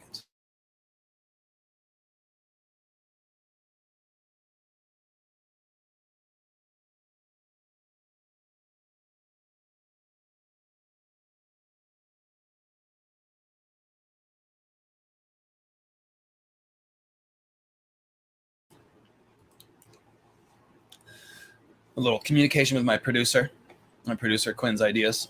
So yes, the Green Seers swim in the River of Time, which is like the Green Sea. So now we have the Inn of the Crossroads built over the Green Fork. And the thing is, the river has moved now, but it used to be that the river flowed under one wing of the inn itself. And the people staying in that wing of the inn could literally fish out of the window of their rooms. So literally the inn itself is like a fish garth that spans the river, a fishing weir. So we have this wooden inn, and guess who lives in the inn last time we saw it? A bunch of children, right? So think Children of the Forest living inside a weirwood tree. We've got children that live at this inn, and there's hanged people outside. The inn itself is like a fishing weir that spans the river, and you can literally fish out of it. So great stuff. I've also got in that episode, there's also some cool stuff about the Tullys. The Tully fish, they do fishing weir stuff. So when you think of Blackfish Tully, when he escapes from Riverrun, he swims under the Lannister boom, the wooden boom that stretches across the river, which is like a fishing weir. And you got the Lannisters swimming under, or you got the Blackfish sort of escaping the weir. And then right next to that, or actually it's Jamie's hearing the report of Blackfish swimming under their fishing weir. And at the same time, Edmure is on the gallows, if you remember. One of the phrase like makes him wear the noose and get up on the gallows every day. So you've literally got a fish being hung on the gallows. So it's telling you that the Green Seers, who are the Odin magicians that get hung on the Weirwood tree, are also like fish who can swim under weirs and get hung on trees and stuff. So it's a jolly good time there in Weirwood Compendium 3. And let me see here if there's any other ideas that I want to make sure I get and reference. There's also some good Durrand Storm King mythology. I'm not going to go into it, but if you like the Storm God stuff and the Storm King stuff, that's a bunch of stuff in that. Mm-hmm. Oh yes, another tie between the Storm God's Thunderbolt and all of this Odin stuff is that Thor is the son of Odin, and Odin has specific thunder associations himself. Let me see, one of his nicknames is the Thunderer. And let's see here. Oh, yes. When we look at Barrick, Barrick is the lightning lord, right? That's what he's called. And he has on his starry cloak is a lightning bolt. So he's got stars and a lightning bolt. So falling stars, thunderbolts, and Azor Ahai Greenseer figure. But he's called the lightning lord because he strikes like lightning. So that's another great clue that the lightning thunderbolt of the storm god is a moon meteor. It's tied to the Azor Ahai family of symbolism, but also is tied to the Weirwoods. The reason why the Dondarrions have a lightning sigil is because their house was established when the first Dondarrion was a messenger for the Storm King. He was saved by lightning striking his foe when he was about to be struck down. So literally the lightning was like a divine intervention, which established their house. So very cool stuff. Oh, it also broke his sword too. There's a sword breaking tied to the lightning. And of course, Barrick's sword breaks in his battle. The last hero broke his sword. The land that on the Iron Islands is like a broken sword. There's a whole broken sword line of symbolism. We don't need to go into that, but it is there. Waymar's, his sword broke in the prologue, and then it looked like a tree struck by lightning. So that actually is a really good clue that trees struck by lightning, broken swords, the fire of the gods are all tied together. And let's see. Oh, yes, that's right. So Barrick Dondarrion, the name Dondarrion seems like it's drawn from the word Dondar or Dundar, which is, so you know Santa's reindeer Donner? Well, so Blitzen, okay, let me see. Donner is the German word and for thunder. And Dundar is the Dutch word. So originally Santa's reindeer was Dundar, and it got changed to Donner, but it means thunder. And Blitzen is the German word for lightning. So when we look at Barrick Dondarrion, he's actually referencing thunder and lightning in his name, as well as Santa's reindeer. And of course, the whole Santa's reindeer thing is just a version of the Wild Hunt, which goes back to Odin and Cernunnos and all the nature gods who lead the Wild Hunt. That brings us right back to Horned Lord, Stagman mythology, and all that stuff. So all that is, again, tied to Barrick. So, and since we're talking about all that, let's look at Stannis, another Azor Ahai figure. He's a stag man, of course. He's got the Baratheon fiery stag sigil, or it's at least the Baratheon stag enveloped in the fiery heart. And then he hangs out in the stone drum on Dragonstone, which booms with thunder all the time. And there's a bunch of lightning in a couple of his scenes. So on and on and on. All these figures have similar symbolism, even if they seem like different people. Like Barrick and Stannis and Jon are all different people, but, you know, Bloodraven, same symbolism. So guys, what I'm going to do right now is pause and take a bathroom break. And I'm going to have a special guest host. Big surprise. You guys will never guess who it is. He's going to sit down and he's going to tell us a little bit about the video that I referenced at the beginning, because I want to put you, Which video? the she and the other, the one that I always talk about, Okay. because I want to give these guys a little bit of background on the others as frozen nature spirits, or anything you want to branch off of from there. Hey guys, surprise. I am here. How's it going, guys? How's it doing? It's me. Big surprise. So apparently, Dave wants me to tell you guys a little bit about the she of Irish pseudo-history, Irish mythology. Now, basically, George R. R. Martin took the broad strokes of the whole conflict between the children of the forest and man from pseudo-Irish history, Irish mythology. So the gist of it, so you have Ireland, inhabited by the she, essentially nature spirits. They guard trees, they fiercely protect their homes, nature. Ireland was their place. You've got the Milesians. Yes, you're correct, the Tuatha De Danann. And you got the Milesians, who are people coming over from Iberia. So the people get over to Ireland from Iberia. There's a great war, fighting all the time. It's not good. It's not happy. They can't really coexist. Iberians are coming more and more. So the She actually end up, and this is very much like the Children of the Forest, calling down the Hammer of the Waters, or like creating the marshlands. They actually use their mystical, magical nature powers to create a big storm to smash up all the Milesian ships and attempting to stop them from getting over. But just like in A Song of Ice and Fire, it's ultimately futile by that point because they're already here. So after a lot of war and a lot of fighting, eventually what they decide to do is make a pact, and they split Ireland. They split the other world from the world above. And so you have the Milesians taking the world above, and you have the She taking the other world. And so you see here that there's a separation of worlds. So that is the essential gist of what went down.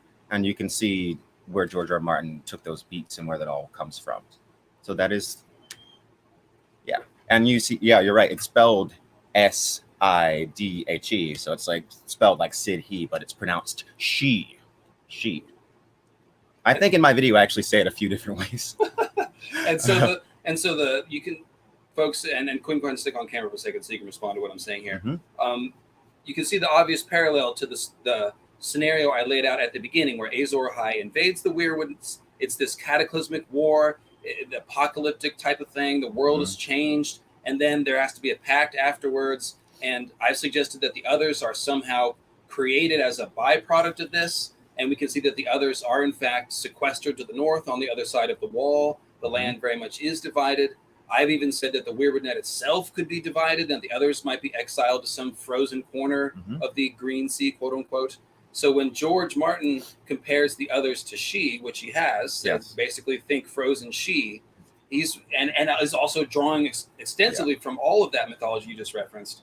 We should think about an exile, a splitting of the realm, a pact, driving spirits out of their homeland. Those ideas are all present. Yeah, that's the biggest hint, and I didn't really get at that. Yeah, George R. R. Martin called the others. He said, think of them as frozen She. So he's implying that they're like the She, but like the ice version of them. Like this is them when they're cold and subverted, and they're willing to fight even harder for what's theirs. And so essentially, I see the Weirwoods as having original spirits, and then those Weirwood spirits are driven out. Somehow that goes into the creation of the others. And that makes a pretty good parallel. And basically what we're talking about today is just the invasion, the driving outside of it, the Azor Ahai bringing his fire and his dragonness into the Weirwood realm and claiming the power for himself, and the fallout. And it's kind of messing it up because it's not meant to be there. There you go. Exactly. All right. Thank you, Quinn Master. Making my Zoid very nice. Certainly better than me muting the screen for like 3 minutes while I refreshed myself. Well, I mean, in the past, when I've done 3-hour live streams, I have had to just, mute and run to the bathroom and come back. Be like, hey guys, thanks for hanging around. So there you go. Drinking water now. I'm out of vitamin water. Although with all this PayPal.me money that's rolling in, we're going vitamin water shopping after this, baby. Woo! Vitamin water shopping. We're going to the weed store. I mean, actually, we're going. I want vitamin water. I know what you're talking about. Actually, we have to go grocery shopping so we can eat dinner. That would be cool too. All right. Anyways, let's get back into the world of magic and fantasy. 6:20. Well, that just means 4:20 Mountain Time. So we all have to get our Rocky Mountain High. Producer. It's nice having a producer. All right, so I want to go on now. We're going to come back to the idea of horses a little bit later. But what I want to talk about is Weirwood Compendium 4. Weirwood Compendium 4 might be one of my favorite podcasts that I've ever written, start to finish. It's called In a Grove of Ash. And the symbolism is so tight. It's not one of those episodes where I have to explain all these side branches and all this stuff. It's like the exact same symbolic picture over and over and over again. And the symbolic picture is Azor Ahai people bringing their fire and dragonness into symbolic ash trees that are supposed to stand for Weirwoods. Thank you. 1 second.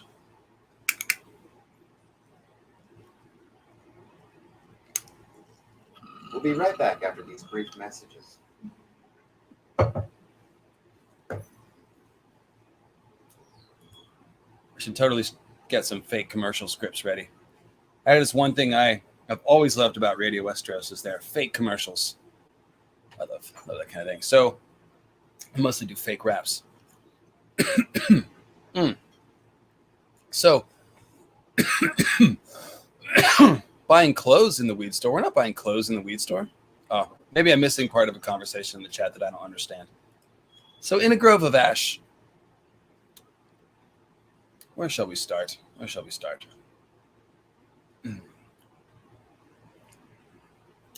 Yes, the arboreal wedding. So we've been saying since the beginning that the alchemical wedding is the sun and moon, right? Drogo is Dany's sun and stars. Dany is the moon of Drogo's life. Dany's the moon maiden. Drogo's the sun. Dany hears a myth about the moon wandering too close to the fire of the sun, cracking from the heat, and then dragons are born. And then at the end of the book, we see that myth reenacted on the ground where Drogo is dead and his funeral pyre is blazing. So it's literally the fire of the sun. And then Dany the moon wanders too close to it, does a symbolic death transformation. And then what happens? The dragons are born. The stone eggs hatch. The moon was an egg when it cracked and birthed the dragons. So it's very tight symbolic parallel. And I called it a wedding because the Dothraki mythology implies that the sun and moon are man and wife. And Drogo and Dany are man and wife. And when she walks into the pyre, she compares it to the wedding twice. She looks at the leaping flames and thinks of the dancers at her wedding, and she thinks this is a wedding too, but she's basically wedding the fire. She thinks about herself as the bride of fire. And of course, the other major parallel for the sun and moon coming together and producing moon meteors is the Jon Snow, Rhaegar and Lyanna situation, a man and a woman. Instead of Lightbringer stabbing Nissa Nissa or the comet stabbing the moon, it's the man giving his seed to the woman. The act of sexual penetration. Chuckle, chuckle, chuckle. And so then we have the child born. The child represents Lightbringer or the moon meteors, dragons. It's the product of the wedding. So Jon Snow himself is like Lightbringer because his parents are like the sun and the moon coming together. The dragons are like Lightbringer because the sun and moon came together and then they gave birth to the dragons. The dragons are Dany's children. So now think about the Weirwood and the Green Seer because it's an exact parallel. The Green Seer is the solar king. His spirit is like the comet or the sword, and the tree is the thing that receives that. The tree is like the moon. Weirwoods are compared to the moon over and over and over again. We see that the Weirwood Black Gate, Weirwood face Black Gate glows like milk and moonlight. The moon door in the Eyrie is made of Weirwood. The House of Black and White has half Weirwood, half ebony doors with a giant moon face. And their chairs inside are ebony chairs with white Weirwood moon faces and vice versa. So the Green Seer Weirwood coupling is also described as a wedding, right? Bran has to wed the tree, just like the Solar King weds the Moon Queen. It's a wedding. It's a coming together. And then they actually merge, right?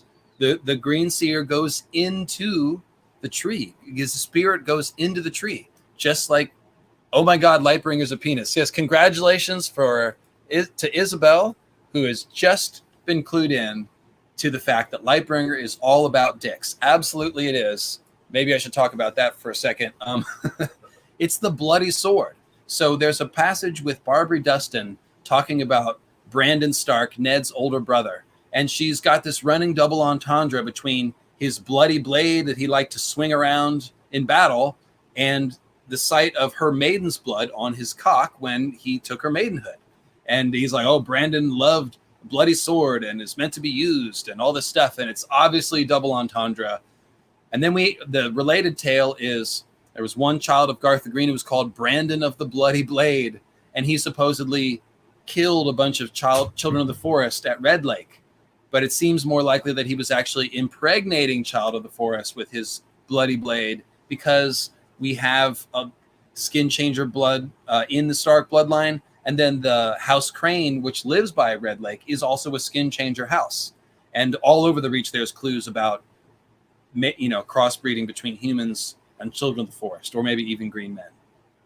So the sheath is, sheaths, nets, those can be vaginas. There are vagina symbols as well. George is not only doing penis symbolism. There's the whole thing is laid out. Mira has a net, for example. She likes to trap stuff in it. So run away with that. Have fun with that, if you will. And yeah, a sword needs a sheath, right? So there you go. Like I said, have fun with that. But the point is that we should think about like magical weddings, right? Because what so often in these scenarios with magicians who are striving to gain magical power, a lot of times they're either sacrificing their children or their fertility or their ability to have children. And that's an old mythical theme, trading in, someone else's future for like your own future. Essentially, we see, Rhaego is sacrificed or killed or whatever right before the dragons rise. We know that others need to steal babies as part of the process of making new others. Melisandre wants to sacrifice Edric Storm to wake the dragon. So similar idea. So the skin changer bond is the same. So when a green seer goes into a wolf, it is a mating. It says, wolves mate for life. And it says part of you is summer and part of summer is you. So it's definitely a two become one type of scenario. And a Jojen in the Clash of Kings says the wolf dreams are no true dreams. You have your eyes closed tight whenever you're awake, but as you drift off, it flutters and your soul seeks out its other half. The power is strong in you. So first it's the wolf that's his other half, and then it becomes the tree when he weds the tree. And the tree is like the moon. So you can see that the Green Seer Weirwood scenario is parallel to Azor, Ahai, Nissa, and the sun and the moon. A good example of this is when Varamir tries to take Thistle's body. Varamir is playing the Solar King role there. He's dying, and then his spirit jumps out of his body. That is like the comet careening towards the moon, and then it connects with Thistle, and now he's inside of Thistle, and he gives her the Weirwood Stigmata. And I guess I have to go over the Weirwood Stigmata. That was in the Weirwood Goddesses live stream from a couple weeks ago, but I'll go over it again. Weirwood Stigmata is essentially when people get turned into Weirwood trees, and it's symbolism. So the Weirwoods have bloody eyes, they have a bloody smile, they have a carved face, the leaves look like bloody hands, and the leaf canopy also is kind of like the hair of the Weirwood, which looks like blood or fire. So Thistle gets turned into a Weirwood tree when Varamir invades her as if she was a Weirwood tree, because she claws her eyes out. So she has bloody eyes and she has a carved face. She bites her tongue, so her mouth fills with blood. So she has a bloody mouth like a Weirwood. Her hair gets pulled, so she gets blood in her hair. And then as soon as Varamir is kicked out of Thistle, he jumps to an actual Weirwood tree so that we know to compare them. So that's the Weirwood Stigmata. Catelyn gets it at the Red Wedding, and also when the Cat's Paw assassin attacks and tries to kill Bran in a tower. And, Cat bites the Cat's Paw's hand and gets blood in her mouth. She gets blood in her hair. She already has red hair. On and on and on. At the Red Wedding, she also gets her throat cut. And having your throat cut is called getting a red smile. But the red smile of the Weirwood is also carved with a knife, and it's bloody. So anybody who gets their throat cut also is getting a red smile like a Weirwood. And, of course, we see people getting their throats cut and sacrificed to Weirwood trees in Bran's vision. So it's all of a piece. And so, backtracking a bit, Varamir Sixskins is like the sun, sending his spirit into the moon or into the moon maiden, which is Thistle. And then she turns into a Weirwood tree to let us know that that's part of the Azor Ahai sequence, is invading the Weirwoods. And what is that whole chapter? Varamir is sitting there thinking, that the worst abomination of all is stealing another person's flesh. And when Vermeer does steal another person's flesh, it's depicted as Vermeer invading a weirwood tree.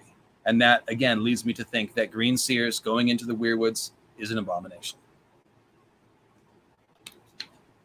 So you with me? All that makes sense, guys? Oh, people have been hitting up the PayPal. Somebody loves me. Let's do.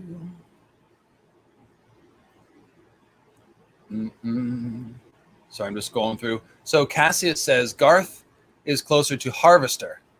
So remember I said a fish Garth is like a fish trap.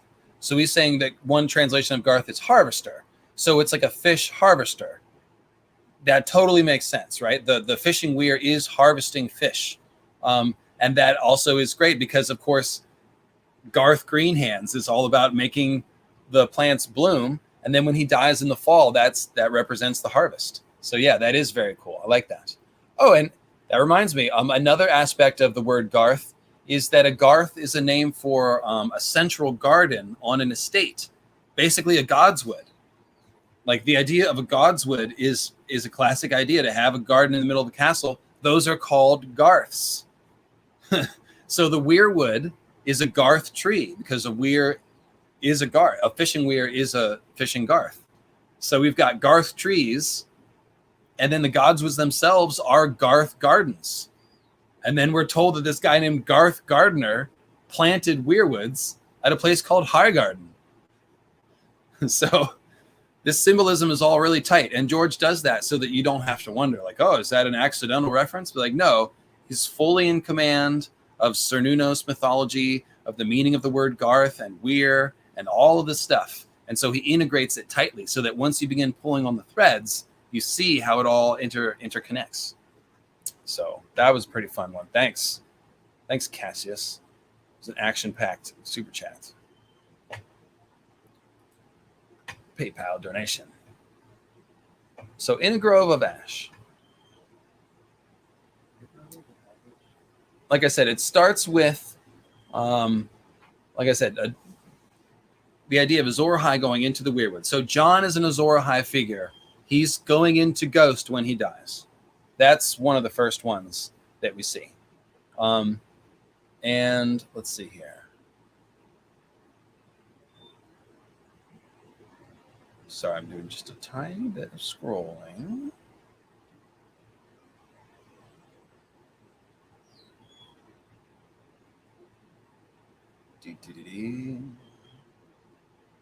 Yes. Okay. And so John, there's a cool scene where John is sneaking up to the wildlings inside the Grove of Nine. It's as after the first fight, and they're looking for like stragglers and stuff. They're going to the Grove of Nine so that someone can say their oaths, I believe. And they find the wildlings there. They're starved and almost dead. And so, let's see here. It says, the Weirwoods rose in a circle around the edges of the clearing. There were 9, all roughly of the same age and size. Each one had a face carved into it, and no two faces were alike. Some were smiling, some were screaming, some were shouting at him. In the deepening glow, their eyes looked black, but in the daylight, they would be blood red, John knew. Eyes like ghosts. So we've got 9 Weirwoods. It could be a nod to the 9 days that Odin spent hanging on Yggdrasil. They're in a circle, which creates sort of a circular moon shape, especially since the Weirwoods are compared to the moon. So we've got this round moon shape. And then John, of course, is a sword in the darkness. Not only is he an Azor Ahai person, he's someone who's specifically symbolized as a sword. So and then he's got these other Night's Watch Rangers who are also swords. And they're all going to penetrate this moon circle, which is also a grove of Weirwoods.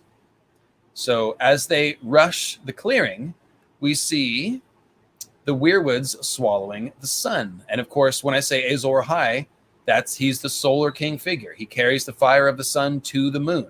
The moon drank the fire of the sun. Drogo is the solar king. Dany walks into that fire. The fire is what cracks the dragon. So it says night was falling fast. The shafts of sunlight had vanished when the last thin slice of the sun was swallowed beneath the western woods. So literally the woods are swallowing the sun as Jon the Solar King invades the Weirwood Grove. It says the pink snowdrifts were going white again, the color leaching out of them as the world darkened. The evening sky had turned the faded gray of an old cloak that had been washed too many times, and the first shy stars were coming out. So night is falling fast, right? The long night, falling fast like a falling star. Think of the Valyrian steel sword Nightfall with its moonstone pommel. And then let's see here. There's a nice, okay, I'm skipping the Mithras stuff. Let's see. And then the sky is throwing on a cloak that's sort of blacking out the sky. It makes you think of all the dark cloaks that are worn by Night's King figures, of course. And let's see here.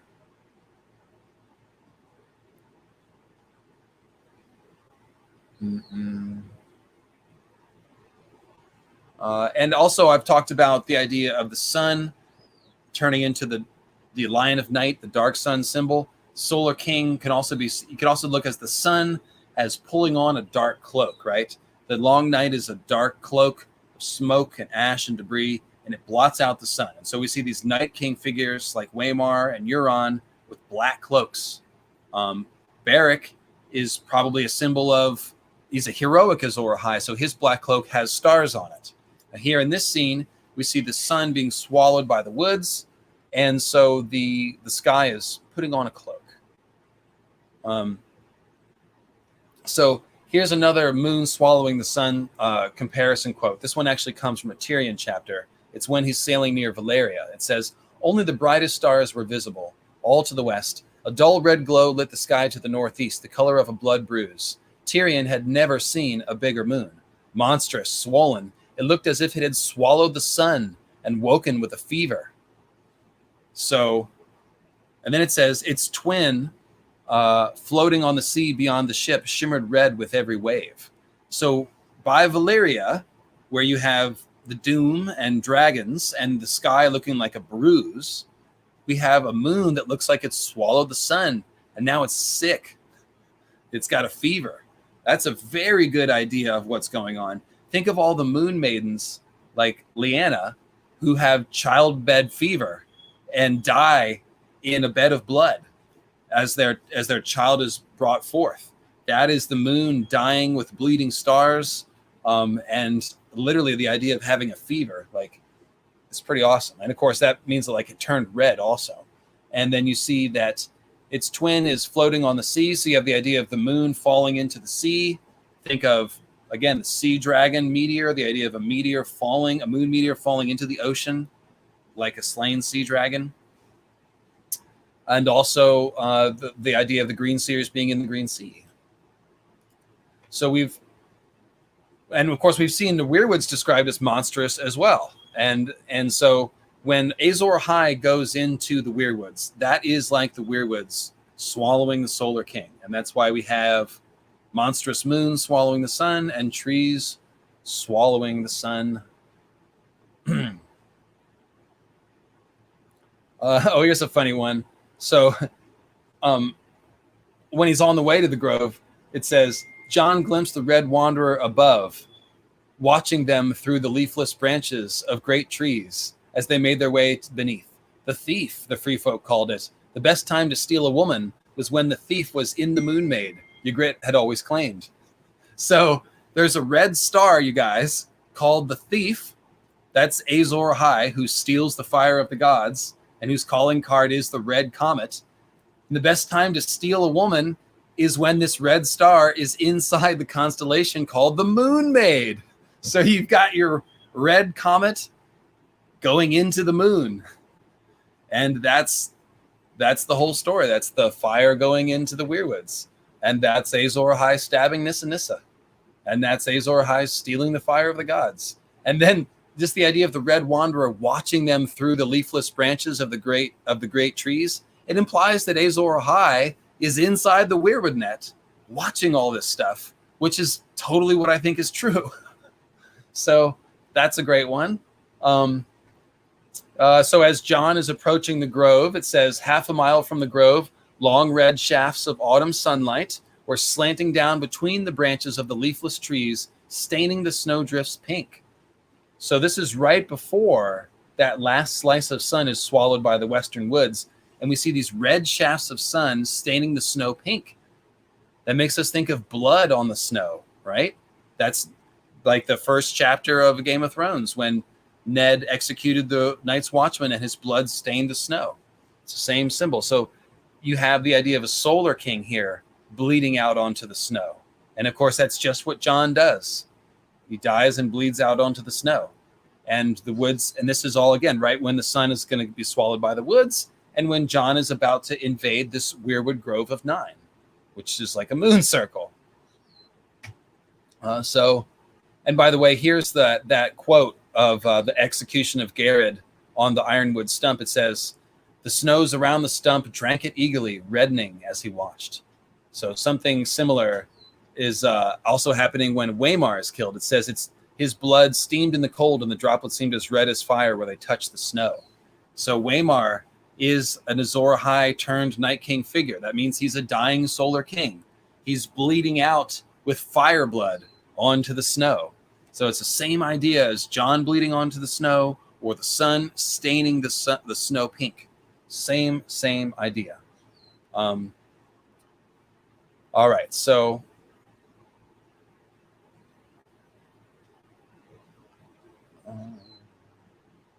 here's a great one.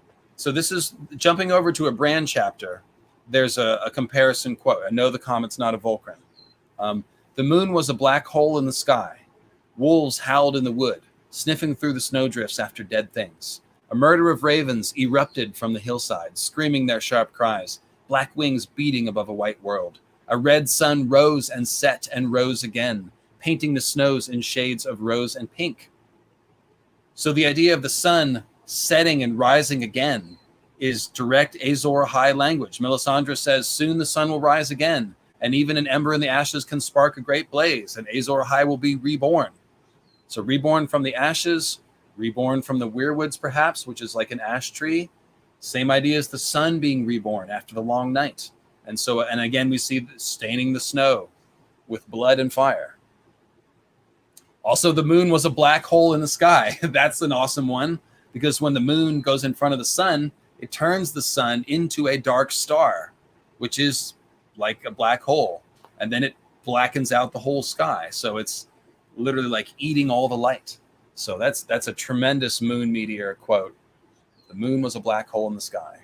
And here's another one from the same Bran chapter. The moon was a crescent, thin and sharp as the blade of a knife. A pale sun rose and set and rose again. Red leaves whispered in the wind. Dark clouds filled the skies and turned to storms. Lightning flashed and thunder rumbled, and dead men with black hands and bright blue eyes shuffled round a cleft in the hillside but could not enter. And under the hill, the broken boy sat upon a weirwood throne, listening to whispers in the dark. So the sun rises, sets, and rose again. So that's a sun resurrection routine. The moon was a crescent, thin and sharp as the blade of a knife. That's sacrificial moon symbolism. Dark clouds fill the skies, blotting out the sun. We have storms and lightning and thunder. So storm god's thunderbolt. And then downstairs, Bran is doing the Odin routine on the Weirwood tree. So all very tight symbolism there. Okay, so Jon is now set to rush the Grove of 9, which is what we've been praying to do.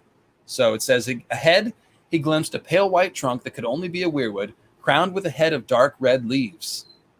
So it's a weirwood king. It's wearing a crown, just like, again, Naga's crown, driftwood crown, weirwood crown, all that stuff.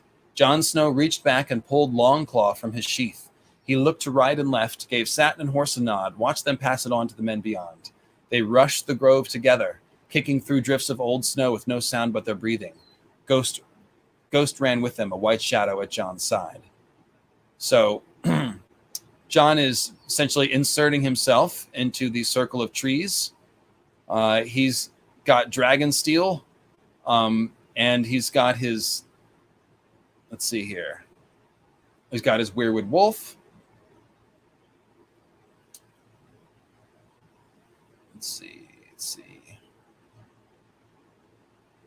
And then we've got this Weirwood King symbol. So the whole point of Azor Ahai going into the Weirwood net is that he basically becomes a Weirwood King. And so this happens with all the sacrificial symbolism. But now here's the thing. Let's see. It says,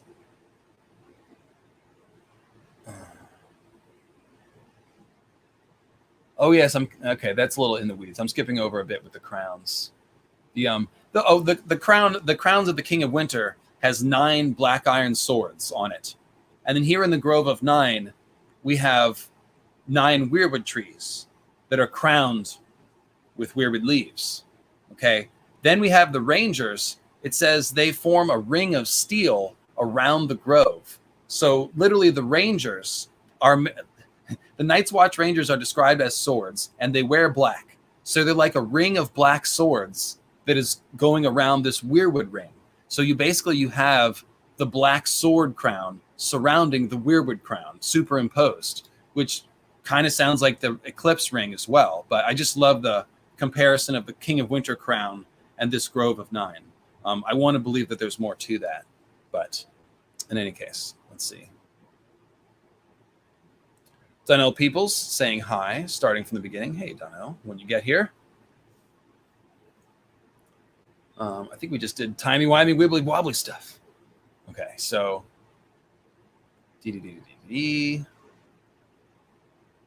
Oh, yes.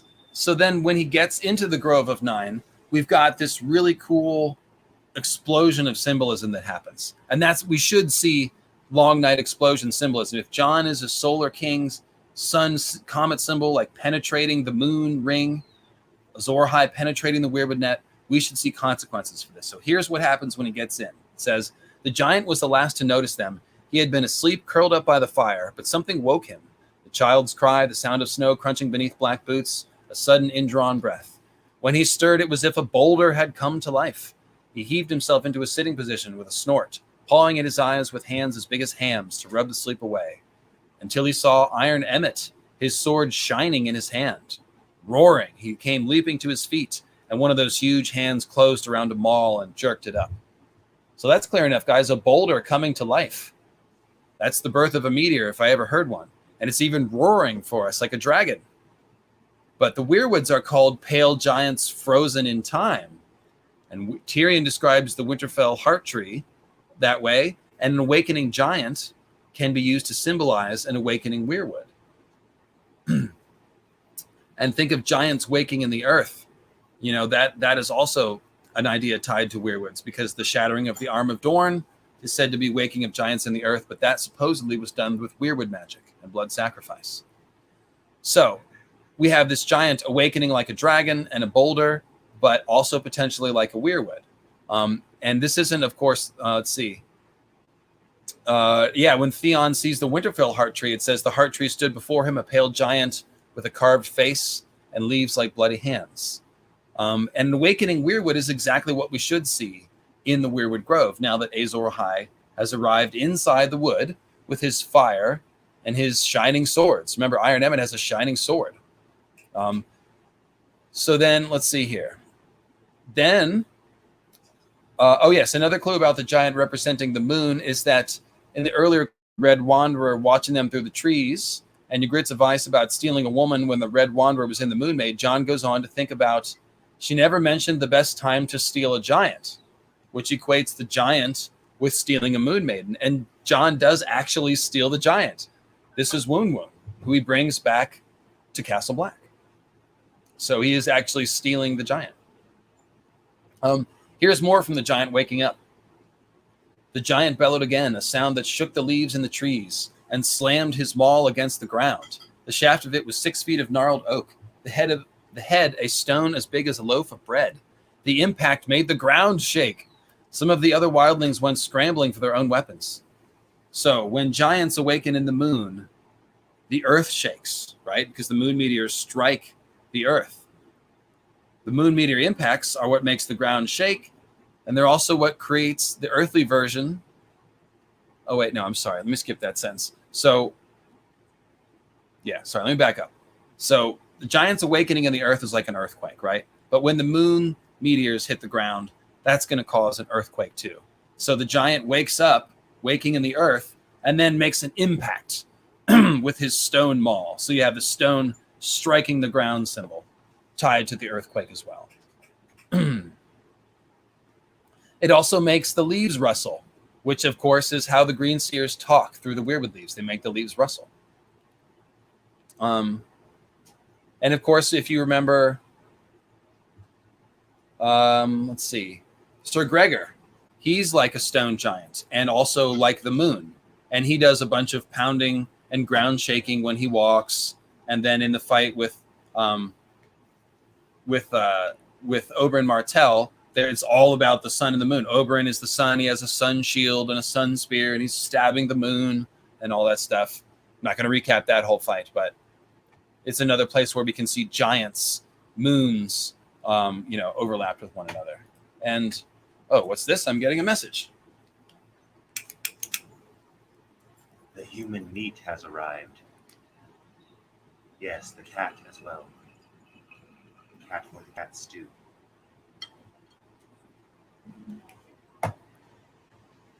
And by cat, you mean person named Cat.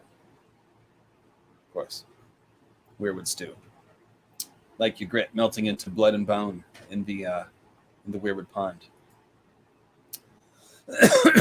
And then, again, just to ram the point home, on the Isle of Faces, it says 1,000 captive men were fed to the Weirwood in one version.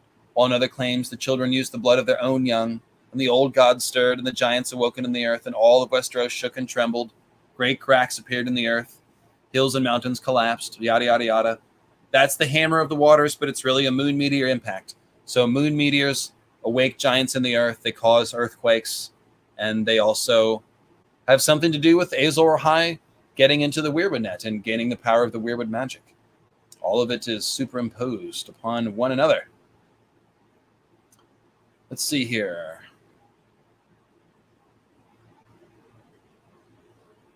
And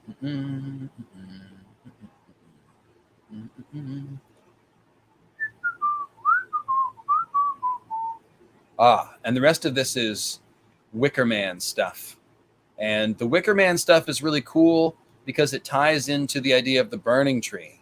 So the Wicker Man legend, and you guys might have known this from the Wicker Man movie, but supposedly the Druids made giant wicker statues, which they would put a victim inside and then set it on fire and burn the person alive in the fall. It's totally unproven whether or not they did human sacrifice that way, although the Druids did practice a bit of that. But what we do know is that there has been a branch-off tradition of burning some sort of wicker figure, or there's the tradition called the King of Winter, actually, where you take the green shoots, like sort of leftover shoots from the harvest, and assemble them into a little green man made of stalks and things, and then you burn him in the spring to celebrate the end of winter. And he's called the King of Winter, and you literally burn him when winter is over. So there's a lot of symbolism of Jon becoming a fiery person to help end the winter. And Bran, so basically think of the Wicker Man as the Weirwood tree. The person goes inside, and this sets the tree on fire. So when the Storm God's Thunderbolt strikes, let me back up.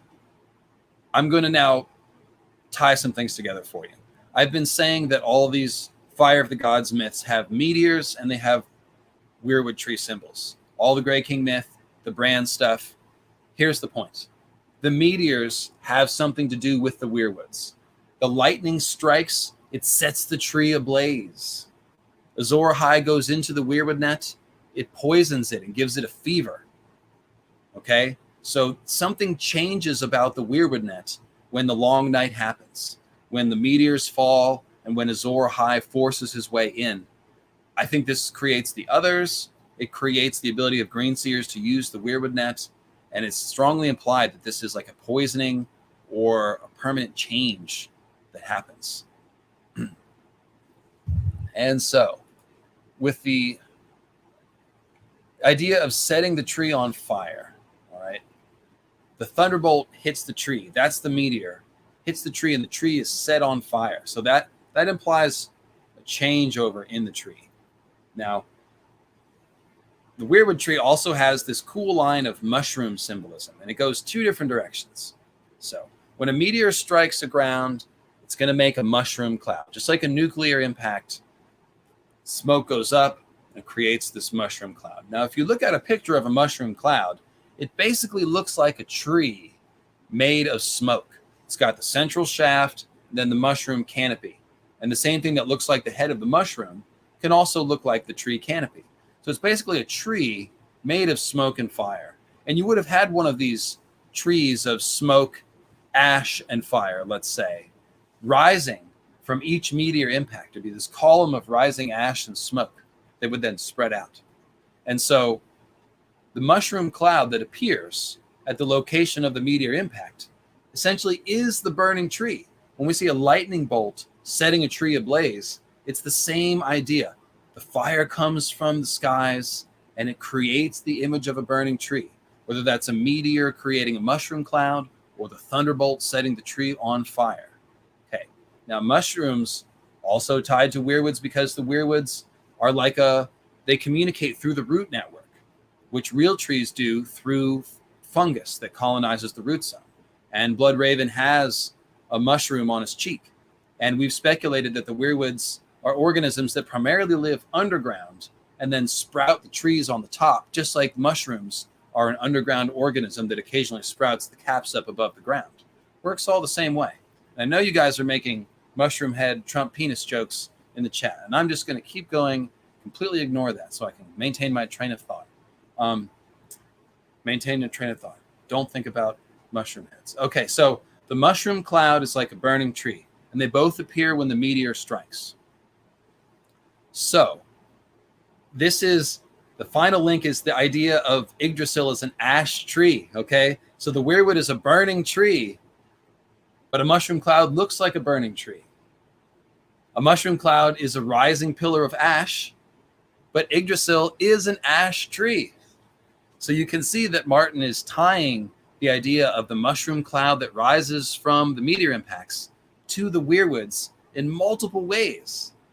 And this, to me, again, strongly implies that the meteor impacts on Westeros, which happened when Azor Ahai killed Nissa and forced his way into the Weirwood net, those meteors somehow modified or changed or poisoned the Weirwood net, or maybe the very planet itself, you might say, and the Weirwoods are somehow containing that poison and damage. This might be the meaning of the grave worm symbolism of the Weirwood roots. The Weirwood roots a couple times have grave worm symbolism. Grave worms eat corrupt, rotten corpses and turn it into fertile soil.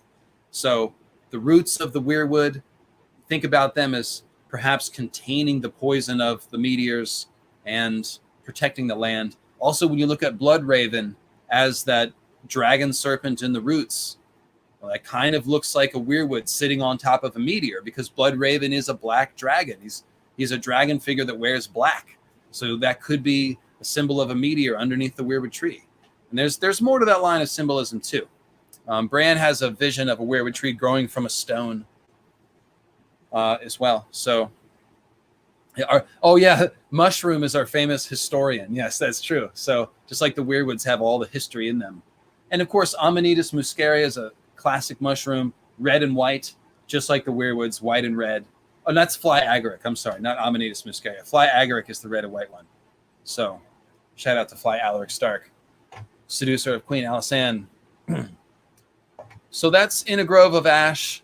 The idea of Azor Ahai being reborn from the ashes also implies him being reborn from the ash tree. And that's what we see. Again, like I said, Dany reborn from the ashes of the fire. Barrick reborn in a grove of ash trees as a fiery undead person. It's all tied in very tightly. And this all implies, again, Azor Ahai bringing his fire into the Weirwood net, into the Weirwoods. So Jon invading the Weirwood Grove of Nine, same idea. Azor Ahai carrying fire and sword into the moon and into the Weirwoods. This awakens giants in the earth. This makes stones impact on the ground that makes the ground shake. All that stuff happens when Azor Ahai stabs Nissa, when the comet stabs the moon, when the Green Seer inserts himself into the Weirwood tree for the first time.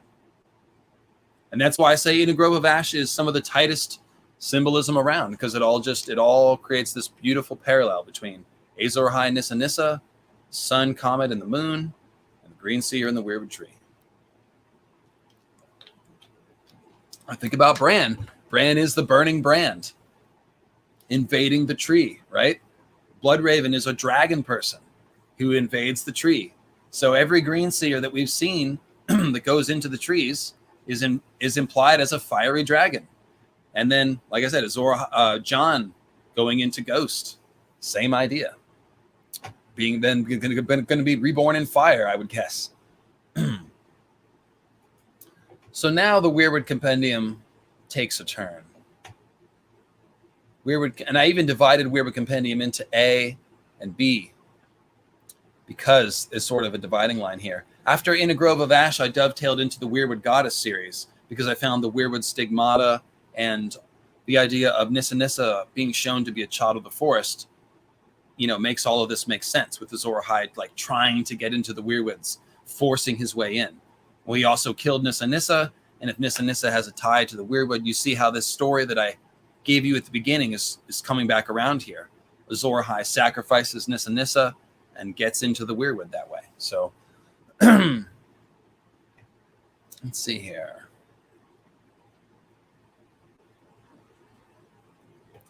Weirwood Compendium B starts with to ride the green dragon.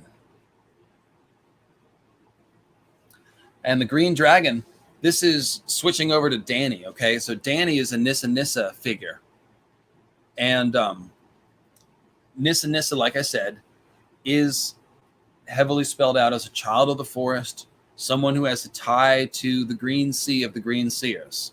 And so, as soon as Drogo marries Daenerys, they plunge right into the green grass Dothraki Sea. So it's a green sea that's made of plants.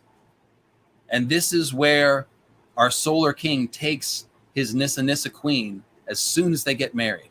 So that right there is telling you Azor Ahai and Nissa Nissa come together. The marriage can also be seen as parallel to the stabbing, because remember, the sword stabbing is also a metaphor for impregnation, which is, theoretically what you do, consummate the marriage or whatever. So, yes, well, she becomes the leader of the Khalasar. That's because she becomes Azor Ahai Reborn. She's Nissa Nissa when she's sacrificed, but she also becomes an Azor Ahai Reborn figure. It's kind of complicated to explain how that works, but it's no secret that Dany is also Azor Ahai Reborn. So in different scenes, she's going to show us Nissa Nissa things, or she's going to show us Azor Ahai dragon things. So again, if you go into each of these podcasts that I'm summarizing is 2 hours long.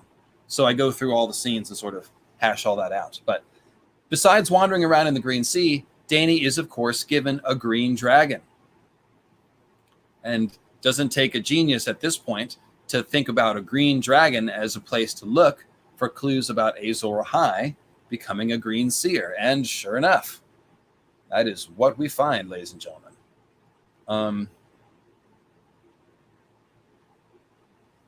Let's see here. Ah, yes. When Rhaegal's dragon egg hatches, it cracks as loud and sharp as thunder, which makes us think of the thunderbolt, which set the tree ablaze, right?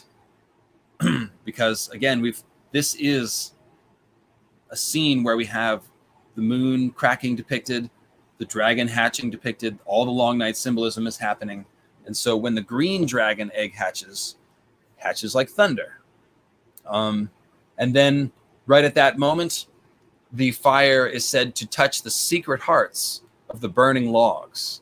And if you remember, the Drogo was burnt on this wooden, it's called a pyre. It's actually pretty tall. It's almost like a wooden tower that he's burned on. And so yes, the fire touches, quote, the secret hearts of the logs, and then the egg cracks like thunder. So you can think of heart trees being set on fire by the thunderbolt of the storm god. You got the whole myth basically spelled out there. Then when she names Rhaegal, it says, the green one shall be Rhaegal, for my valiant brother who died on the green banks of the Trident. So Rhaegar died on the Trident on the green banks of the Trident. So then we have the Green Sea idea spelled out. And the whole idea of Azor Ahai going into the Green Sea, this is a death transformation, just like when Odin is hung on Yggdrasil. So he's died and reborn from the sea. One of the prophecies of Azor Ahai's rebirth says he will be reborn from the sea. Stannis talks about that, a hero reborn from the sea. Thanks for streaming. A lot of good ideas. Big fan. Almost 400 watching. Yeah, I'm holding a thick audience tonight. Thanks, guys. Really appreciate that. And let me briefly pop back over to the PayPals. Catherine Halverson, really enjoying the deep dives into symbolism today. Thank you, Catherine. Appreciate that.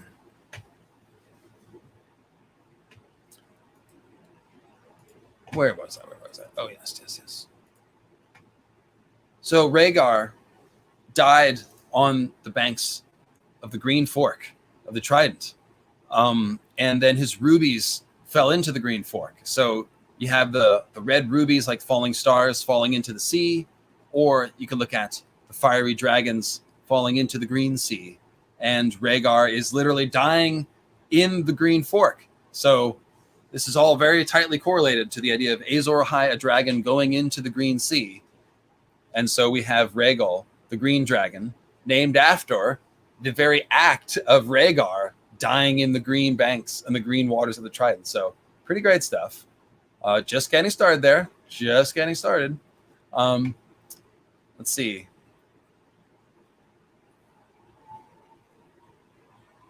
Oh, yes. So the scene where so Rhaegal, the green dragon, is also overlaid with Rhaego, her child, because basically Rhaegal is Dany's second attempt to name somebody after Rhaegar. At first, she names her baby Rhaego after Rhaegar, and Rhaego is all about dragons in the Weirwood net as well. So he's supposed to be the stallion who mounts the world, but instead he was born dead in the tent of dancing shadows, right? But check out the scene where the prophecy is given, okay? Dany gets Weirwood stigmata in the scene. It says, her handmaids had helped her ready herself for the ceremony. Despite the tender mother's stomach that had afflicted her these past 2 moons, so think of the second moon in the sky, Dany had dined on bowls of half-clotted blood to accustom herself to the taste, and Eerie made her chew strips of dried horseflesh until her jaws were aching. So she's full of blood, these past 2 moons, and she's a mother, and she's pregnant. And then she gets the stigmata when it says, no steel was permitted within the sacred confines of Vaes Dothrak. So she had to rip the heart apart with her teeth and nails. Her stomach roiled and heaved, yet she kept on, her face smeared with heart's blood that sometimes seemed to explode against her lips. So this is another scene where we have Dany playing the role of moon and Weirwood tree very clearly. So inside of her is the dragon. She's the moon, pregnant with the dragon, and that's what we're prophesying about. However, she's getting Weirwood stigmata, and she has heart's blood on her face. So think of the heart trees with bloody faces and bloody hands. And she's also tearing the heart apart with her nails. And you guys remember the scene. It was really visceral. Emilia Clarke with blood all over her mouth and her hands and the horse heart. So it's great with Weirwood stigmata. The thing is that stars are also like hearts. Think of the heart of a falling star. So what's happening here is that we're reenacting the idea of the sun sending its comet seed into the moon. Dany is pregnant with Drogo's baby, Drogo being the Sun King. So the sun's fiery seed is already inside of Dany. But then she's eating a heart. That's like the moon eating the comet, essentially. The sun throws the comet at the moon. The moon eats the bloody heart, the red comet, the bloody sword, okay? So Dany's getting Weirwood stigmata. She's already a pregnant moon, and she's eating the heart like the moon eating the comet. But of course, also like a Weirwood, eating a blood sacrifice, drinking blood. So it's all happening together. And again, this is all about the birth of Rhaego, who's named after Rhaegar, and whose name rhymes with Rhaegal the Green Dragon. So then it says, let's see here. Oh, the crone, of course, has one eye. So there's some Odin symbolism just to throw in there. They are burning bundles of dried grass in a great bronze brazier, and the clouds of fragrant smoke rose up toward the moon and stars. So we have the column of rising smoke and ash, which is like I said, the ash tree and also the mushroom cloud rising up to the stars. But it says the Dothraki believed the stars were horses made of fire, a great herd that galloped across the sky by night. So again, Dany eating the stallion's heart is like her eating a fiery star, because the stars are like fiery horses. Okay? So then as the smoke ascended, the chanting died away, and the crone peers into the future. So this lays over with Drogo's funeral pyre. So Yggdrasil is Odin's horse, right? I also mentioned, though, that Sleipnir is also Odin's horse, and they're both metaphors for astral projection. Sleipnir is a gray horse, and Odin rides Sleipnir to journey through the 9 realms. So it's astral projection. But then, during the funeral scene, and this is really great, I think a shout out to Rusted Revolver who caught this one. Dany sees a horse made of smoke in the funeral pyre. So it's a gray horse, and it's made of smoke. So it's also made of ash, like the ash tree Yggdrasil. And then she sees Drogo mounting the steed and riding the smoke column up to the heavens, where he then, the red comet becomes his star. So the red comets are like fiery horses. So he's riding a smoky horse up to his fiery star horse. So it's obviously a transcendent scene, but that smoky horse is like Sleipnir. That's the gray horse that Odin rides. So then we go back to this scene. We have the smoke rising, and then they're talking about Rhaego saying, oh, the prince is riding. The prince is riding. So somebody's riding an invisible horse somewhere. And then it says, I have seen his face and heard the thunder of his hooves. So remember, Rhaegal, the green dragon, hatched with the crack of thunder. And now we have Rhaegal riding like thunder. He's going to be as swift as the wind and as fierce as the storm. So once again, we have storm god, thunderbolt stuff coming from the green dragon. Rhaegal are coming from Rhaego, who's a dragon. But then we go back to Rhaegal. Quentin Martell tosses a sheep to Rhaegal in the pit below the pyramid of Marine. And Rhaegal snatches the sheep in midair with the line, his head snapped round, and from his jaws a lance of flame erupted, a swirling storm of orange and yellow fire shot through with green. So Rhaego, the stallion who mounts the world, rides as fierce as a storm, and Rhaegal, the green dragon, belches a firestorm. And both of them remind us of the storm god's thunderbolt, which created the Weirwood symbol of the burning tree. Then we have Daenerys Stormborn, who is fire made flesh.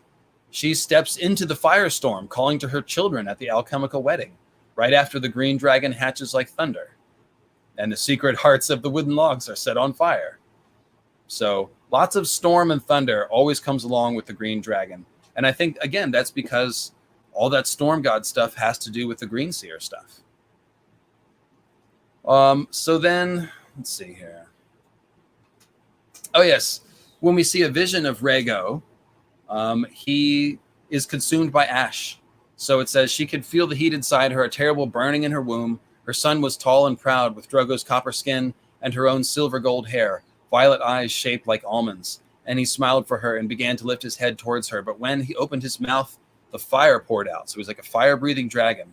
She saw his heart burning through his chest. And in an instant, he was gone, consumed like a moth by a candle, turned to ash. So this is Green Seer Azor Ahai. He's a fiery man, breathing fire. He's got a burning heart, just like Stannis, just like the fiery heart of a bleeding star. But then he's consumed by ash. So this is Azor Ahai going into the ash tree, going into the Weirwood. So pretty nice stuff there. Let's see.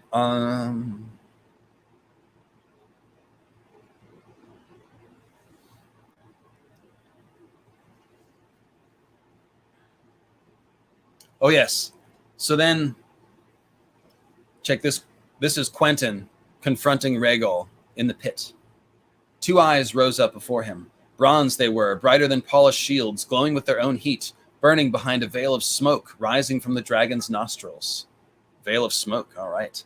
The light of Quentin's torch was washed over. The light of Quentin's torch washed over scales of dark green, and the green of moss in the deep woods at dusk, just before the last light fades. So Rhaegal's scales are like the green of a deep wood. That's interesting. Then the dragon opened its mouth, and the light and heat washed over them. Behind a fence of sharp black teeth, he glimpsed the furnace glow, the shimmer of a sleeping fire, 100 times brighter than his torch. The dragon's head was larger than a horse's, and the neck stretched on and on, uncoiling like some great green serpent as the head rose, until those two glowing bronze eyes were staring down at him. So this is particularly tasty, because not only do we have a reference of the dragon in the deep woods with the description of Rhaegal's green scales, but consider that green as moss language. Jojen's green eyes are like green as moss, and Jojen is a green dreamer. And when Bloodraven describes the ways in which those with green sight are remarked, he describes their eyes as being as green as the moss on a tree in the heart of the forest.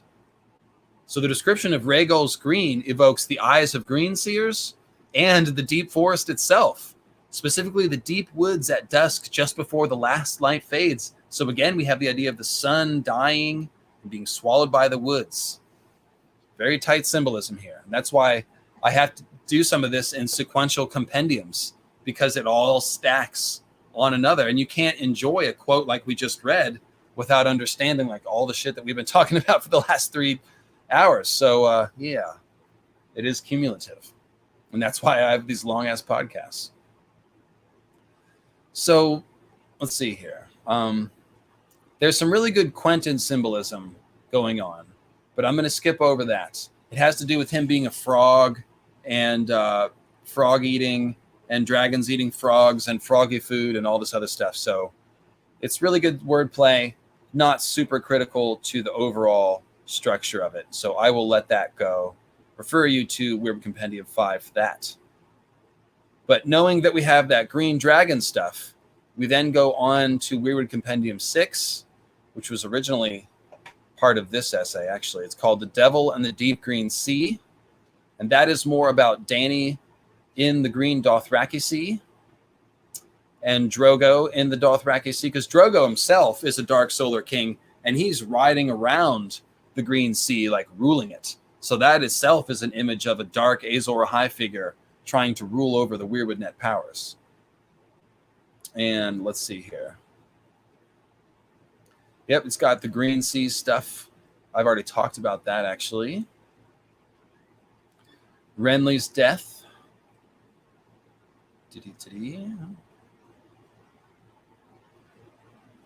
Yeah, this is all Green Sea symbolism. So I don't actually need to go into a whole lot of this here.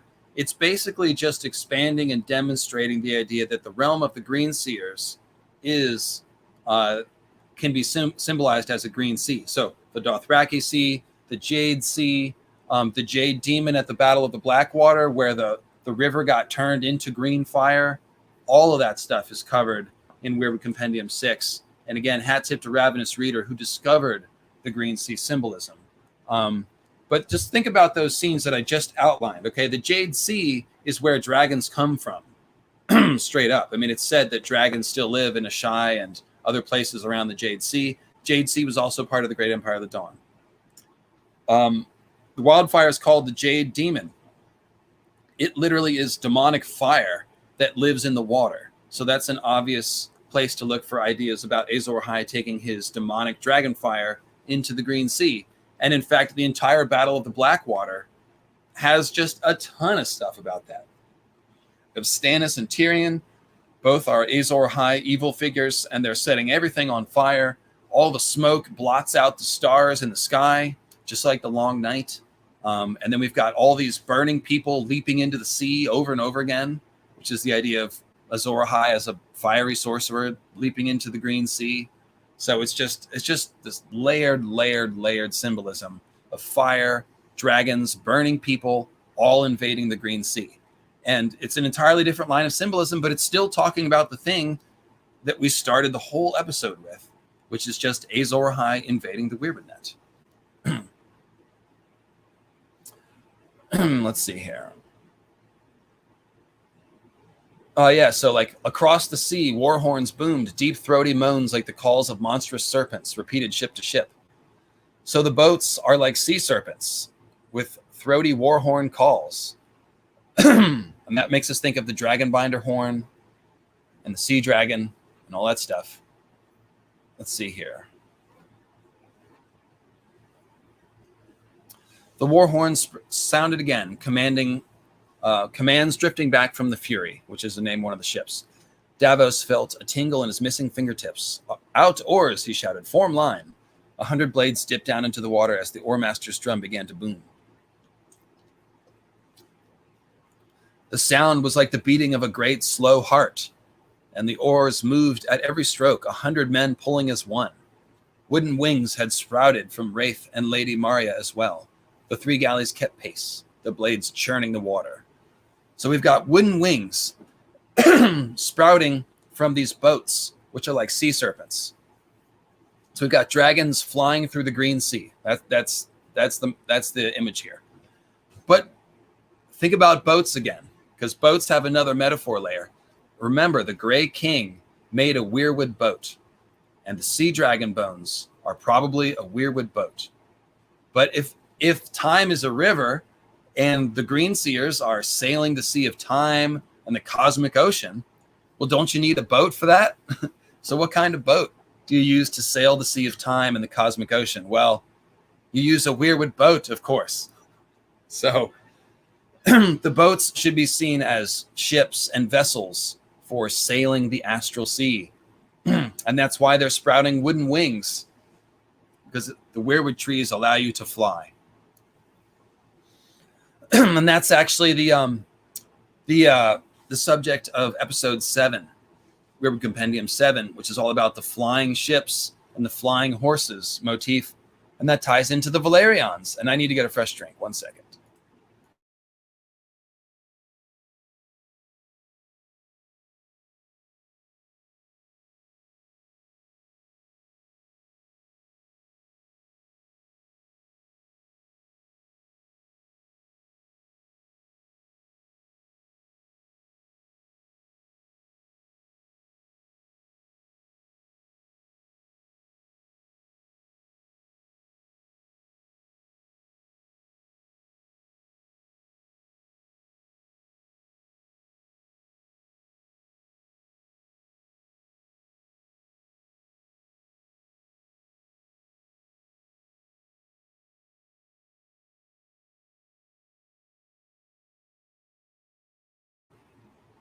Hi guys, welcome back to Mythical Astronomy.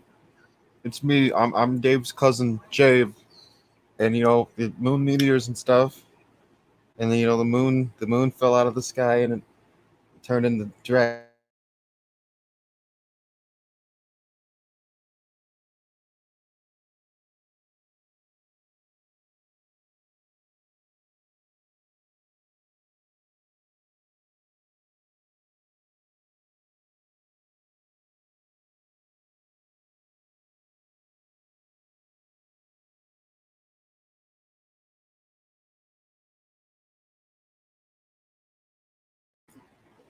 Folks, I apologize if any unauthorized messages were broadcast while I was catching a little refreshment and a potty break. I have no control over any sort of, any such messages that may come from the Quinn's Ideas or Trolleon Dimension. I have no idea. I actually didn't hear whatever happened, so I have to catch that on the rewatch. But yes, thank you, pinch hitter / producer / roommate Quinn's Ideas. For whatever he said, yes, there's been a sighting. Where did that letter go? Ah, there it is.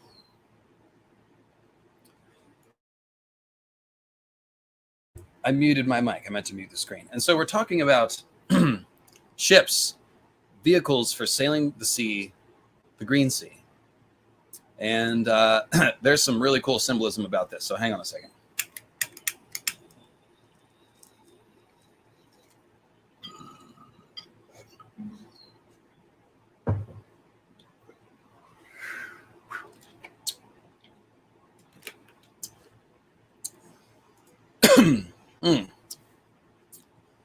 All right, so let's see here. Yes, there's a ship called Stag of the Sea. That's Stannis' ship. That's a pretty cool one. That gives you your horn gods sailing the sea. Let me check in here to the old inbox. See if we got any PayPals coming through. Okay, not since the last one. Perfect. Going back over to this Devil in the Deep Green Sea. Okay, so I'm going to go ahead and skip over to 7 now.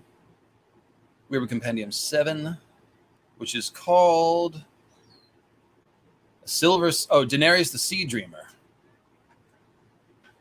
No, I'm going to go to Silver Seahorse. That's 8. Silver Seahorse. That's the one that's going to set up Weirwood Compendium 9 the most. So we're almost done. And let's see. Did I miss one? I had asked one. Did I miss a super chat? I thought I got all the PayPals. There is a slight delay on PayPal. If you just sent one in, it might take a minute for me to see it.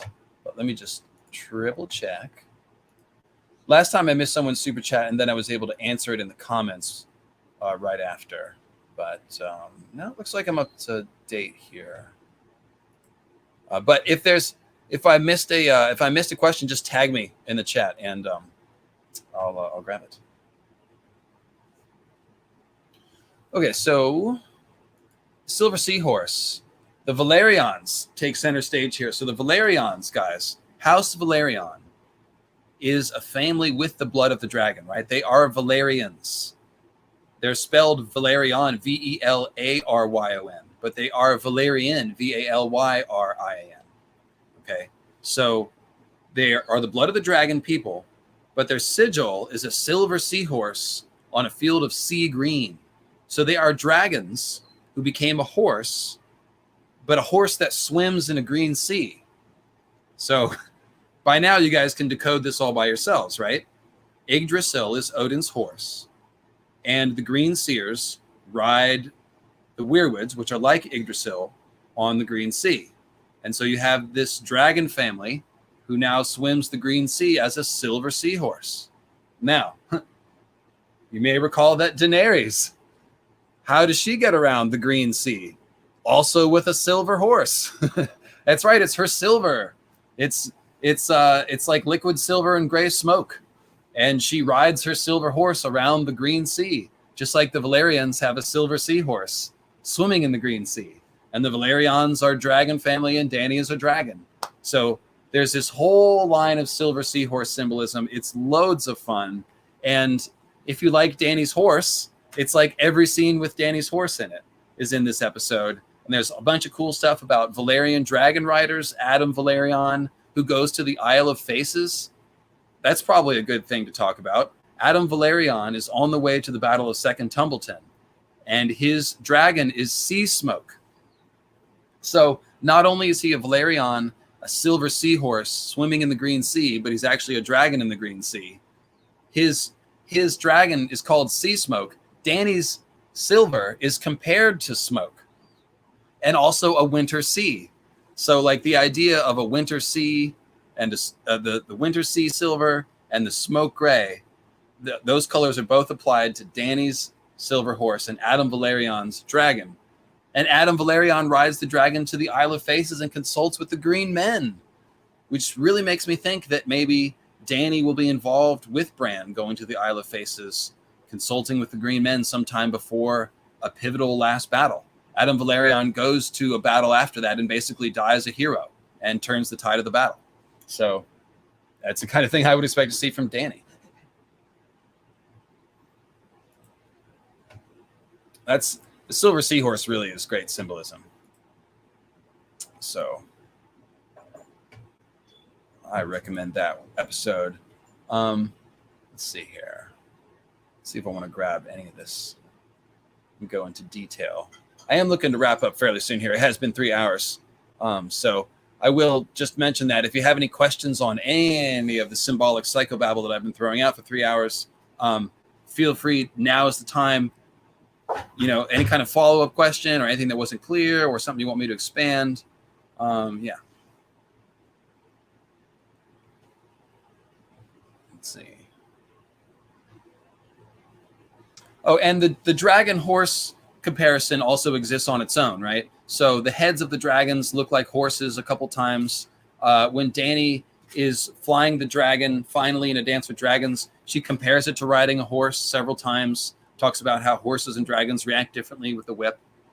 So Dany flies on her dragon, and if you look at the Weirwood as a symbol of Odin's horse, look for that. Hang on a second.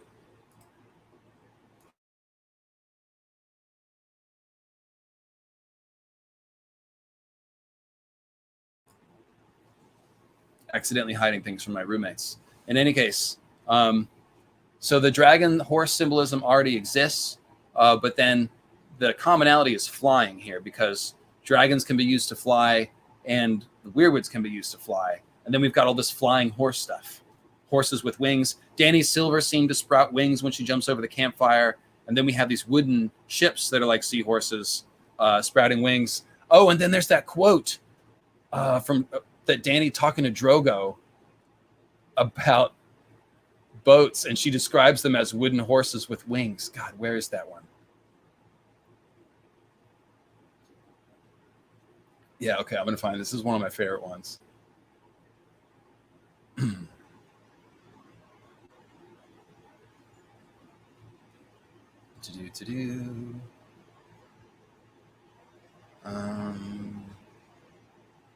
Oh, yes. Okay, so here it is.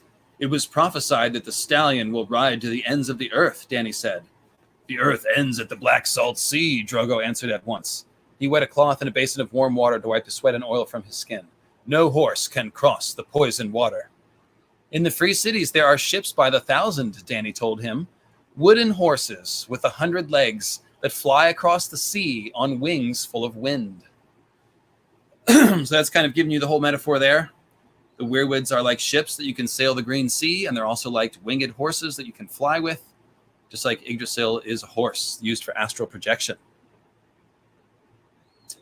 Pretty great stuff. So yeah, the silver horse leapt the flames as if she had wings. That was when she jumped over the campfire.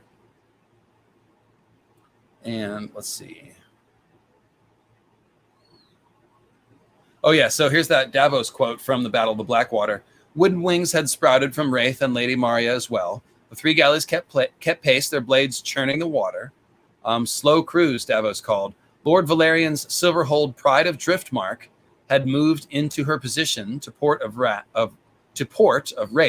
and bold laughter was coming up fast. But Harridan was only just now getting her oars into the water, and Seahorse was still struggling to bring down her mast. So, I didn't mention, but remember how the drums are beating in unison like a great heartbeat? It says 1,000 oars pulling as one.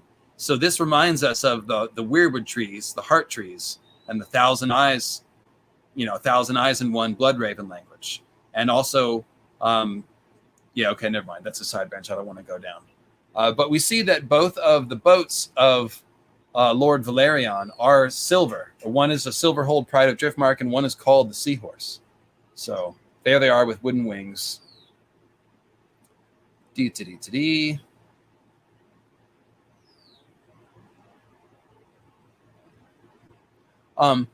when the Jade Demon gets loose, it says it's 50 feet tall, a dozen hands, and each a whip, and whatever they touch burst into fire. One of the ships touched by the Jade Demon is Lord Valyrian's ship, and it says Lord Valyrian's shining Pride of Driftmark was trying to turn, but the demon ran a lazy green finger across her silvery oars, and they flared up like so many tapers. For an instant, she seemed to be stroking the river with two banks of long, bright torches. So those wooden wings, which were like blades, are now torches. So this is a lot of Lightbringer symbolism combined with flying symbolism. And we have the silver seahorse set on fire. So again, the idea of the sea dragon is an Azor Ahai bringing his fire and his demonic energy into the Weirwood nets, setting it on fire. So you could look at the seahorse as the tree, I suppose, set on fire here by the Jade Demon. The Jade Demon symbolism also bounces off Renly, by the way, who's a green stag man that, is resurrected, quote unquote, at the Battle of the Blackwater. And he looks demonic and has fiery horns, and he leads warriors howling like demons. coming from some hell. So all that jade demon stuff, it's basically the same as the green dragon idea, like a green dragon, a green demon, a green fire demon that lights the sea on fire. You know, you guys get the idea. So, oh yes. So here's a great quote from A Dance with Dragons that shows both the idea of dragon meteors striking the Iron Islands and creating their current shape, and also gives you fiery horse language. So this is Dany in her last dance chapter. It says, in a dozen heartbeats, they were past the Dothraki as he galloped far below. Dany's flying on Drogon here. To right and left, Dany glimpsed places where the grass was burned and ashen. Drogon has come this way before, she realized. Like a chain of gray islands, the marks of his hunting dotted the green grass sea. So gray islands in a sea. I mean, those are the Greyjoy's Islands. And they're created with dragonfire here. And we have all this evidence of meteors striking the Iron Islands and indeed shaping them into their current shape. So Actually, that was the coming of the great old ones. You see, Dave, it says in Lovecraft's work that when the old ones came to Earth, they brought their idols with them. That's the sea stone cherry. They brought their images. right, the old ones came to Earth. Where'd they come from? Beyond. The stars, right? Yes. So they kind of sound like falling out of the sky, and they're bringing oily black stones. Okay, yeah, I'm on board. and we will. So let me just a little shout out for future programming. Quinn's working very hard on one of what's going to be one of his coolest videos yet. All about Lovecraft at the mouth of madness, right? I'm sorry, I've asked him a question when his mouth is full.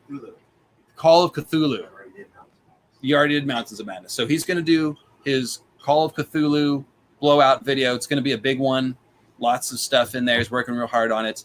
I am working on 2 Euron videos. Euron as Evil Azor Ahai is part 1, and Euron as the new Night King is going to be part 2. Those aren't the actual titles. And then after that, me and Quinn are going to do a live stream, and we're going to talk about all the Cthulhu Lovecraft influences on A Song of Ice and Fire, but specifically in light of Euron and the coming apocalypse and my ideas about Azor Ahai. So that is going to be a twisted live stream full of darkness, and it will sort of punctuate both Quinn's Lovecraft video and my Euron video. So something to look forward to. I'll have the first Euron video out in probably about a week or so. And I make no predictions on Quinn. He can make a video in like an hour if he wants to. But I don't know. He's in the middle of doing a lot of research. I know the script is written, so it'll be coming out pretty soon. I'll leave it at that. So, okay, so that was the first part of the quote. Drogon has created gray islands in the green sea, right? Like a chain of gray islands. So then it says, a vast herd of horses appeared below them. Because remember, Dany's on Drogon, and they're flying after this Khalasar that's just appeared. There were riders, too, a score or more, but they turned and fled at the first sight of the dragon. The horses broke and ran when the shadow fell upon them, racing through the grass until their sides were white with foam, tearing the ground with their hooves. So you think of sea foam here, right? White with foam in the green sea. Anyways, but as swift as they were, they could not fly. Soon one horse began to lag behind the others. The dragon descended upon him, roaring, and all at once the poor beast was aflame. Yet somehow he kept on running, screaming with every step until Drogon landed on him and broke his back. Dany clutched the dragon's neck with all her strength to keep from sliding off. So yeah, guys, horses can't fly. That would be silly. Of course, Dany's silver did seem to fly, like it had wings. And of course, we know that the wooden seahorse ships sprouted wings, and we know that Yggdrasil and Sleipnir are both horses that fly through astral projection. So there we go. Then when Drogon lands on the horse, that's also like the thunderbolt setting fire to the tree, because the horse is a symbol of Yggdrasil, which is a symbol of the Weirwood, and the dragon is essentially landing on it as if it was riding the horse. And in the process of doing that, it breaks the horse's back, and then they start eating the horse. And that's, again, showing you that the Green Seers, when they forced their way into the Weirwood net, they corrupted it and defiled it and basically killed it in a way. So there you go. When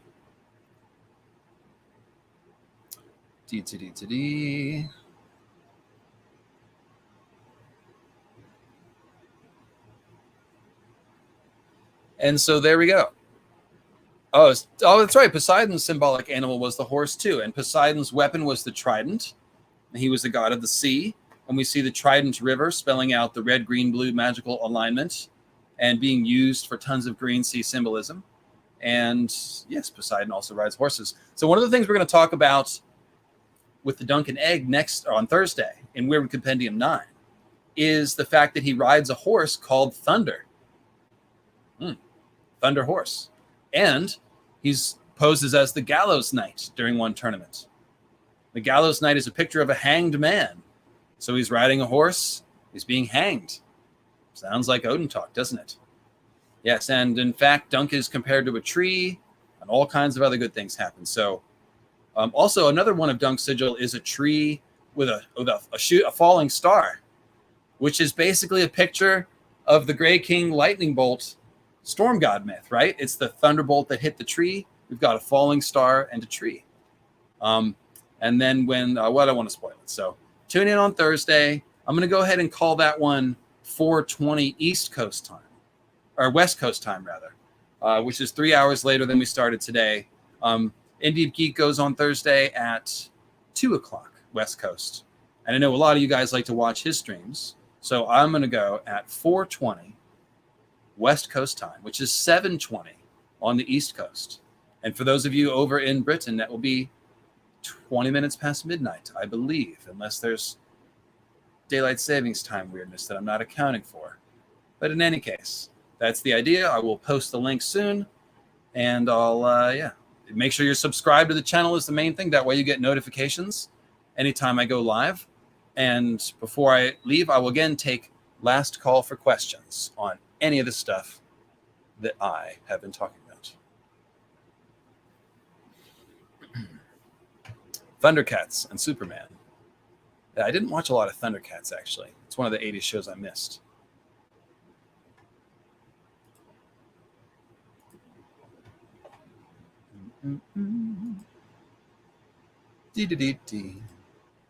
See some thank yous for streaming.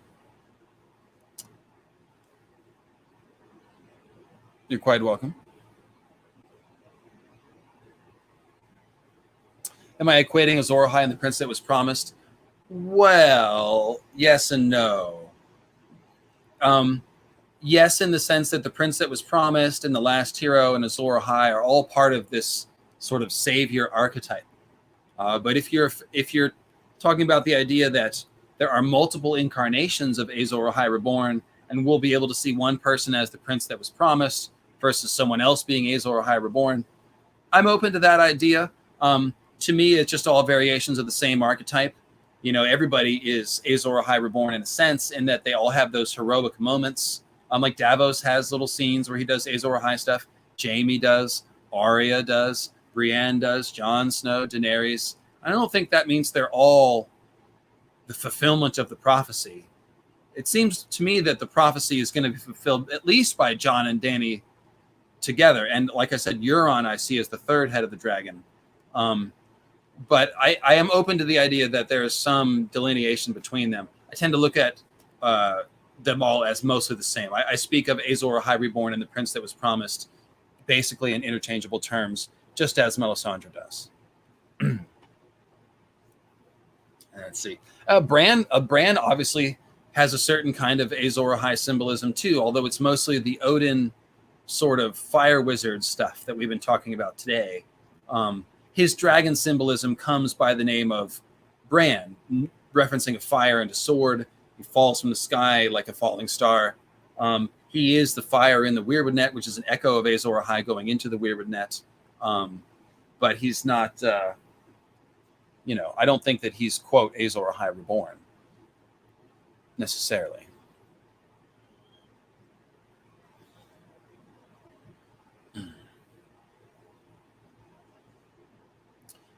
So I get this question sometimes from people who've only seen a little bit of my material. Is there a chance that any of this symbolism is not intentional? No. At this point, absolutely. I'm 1,000% sure it's all intentional, because you find the reinforcing layers of symbolism. It's not just that the ships are like horses. It's that the ones in the Battle of the Blackwater sprout wooden wings, and Dany describes ships as winged horses. And then the Valerians have the seahorses and the seahorse ships. And then you're using seahorses to sail the sea. So there's like 5 or 6 different angles of confirming symbolism. And again, if something's unintentional symbolism, like in the Game of Thrones TV show, what happens is you pull on a thread and you say, well, therefore this must mean this, and then it doesn't. For example, we saw that the spiral of corpse arms on the wall in episode 1 of the last season matched the spiral designs in the caves where the children of the forest carved symbols, and it matched the other corpse designs that the others had made. And we wondered if that symbolism might imply something. Well, no, it didn't. They don't understand symbolism, Dave and Dan, and they just play with symbols because they look cool without understanding their meaning. So when you pull on the strings of something like that, it unravels and you have nothing. But when you pull on the strings of ice and fire symbolism, it just leads to more symbolism that just like you see the same pattern repeating over and over and over. Like this idea of fire going into the Weirwood tree. I can show it to you 17 different ways. The idea of the moon getting sacrificed and drowned. I can show it to you a billion different ways. I can show you moons floating on the ocean, moons in the cosmic ocean of the sky, lunar people getting their blood spilled, moon blood, all kinds of things. So yeah, I would just say if you're not convinced, then go for the actual podcast episodes where I go through all the quotes line by line. If you really want the full evidence, like a lot of stuff I've been doing lately is summarizing ideas that I researched in more detail in the past.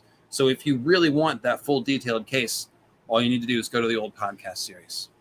Will the seasons ever go back to normal? Yes. George has said something about at least we're going to figure that out, what's wrong with them. I would assume that means they'll probably go back to normal. Hey, can I respond to one comment? Oh, yeah. Matt R. says, yeah, but to be fair to David and Dan, to get this level of symbolism would take years and thousands of hours work like you've done. But, I mean, George R. Martin was right there for like the first 4 years. They had the greatest resource possible. And a lot of his suggestions, they chose not to use. That he literally would say, do this. And they didn't do it. So it's like, I mean, even if they were cute and all that stuff, doesn't mean they would have done it. And they simplified all they're hacks. Well, they simplified all the magic. So how are they going to go into like the symbolism behind the magic, you know? Not really. Like, so yeah. And if they're not going to do the work to even like understand the characters in the book, then they're certainly not going to do the work to uncover the symbolism. But yeah.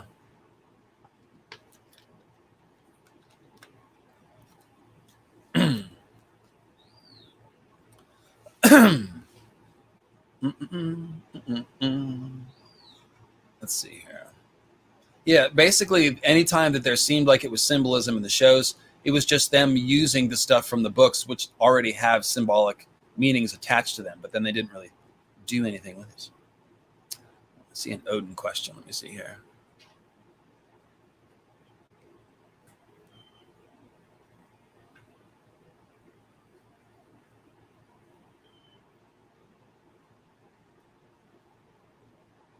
So I would think that the magical wards set into Storm's End, which do not allow the Shadow Baby to pass, are probably wards against the others. Yes, I think that essentially all the old castles of Westeros are set up to deal with, you know, the others. Like they've got crypts and caverns underneath. They got the Weirwood magic up top. And we've seen that at the very least, the Wall, Storm's End, and Bloodraven's Cave are all warded. And I would expect the Winterfell crypts to be warded as well. And so, yeah, that would to keep out the others, I would think, and the whites.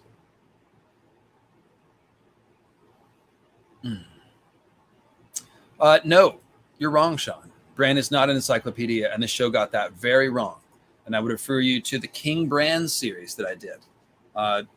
Bran is not going to be a robot like on the show, and the whole purpose of him is not just going to be to reveal RLJ. He's going to have to give us a lot of magical lore, which will help us deal with the White Walkers. And I think after that, his biggest role is actually going to be to download the Greenseer hive mind out of the Weirwood net and back into his body. And that's actually a good way to close this stream. So I've been saying this whole time, right? Azor Ahai invaded the Weirwood net, uninvited, forced his way in with blood magic, defiled the Weirwood net, some sort of abomination type thing. Well, how do we fix, and that created the others, remember? So how do we fix the problem with the others?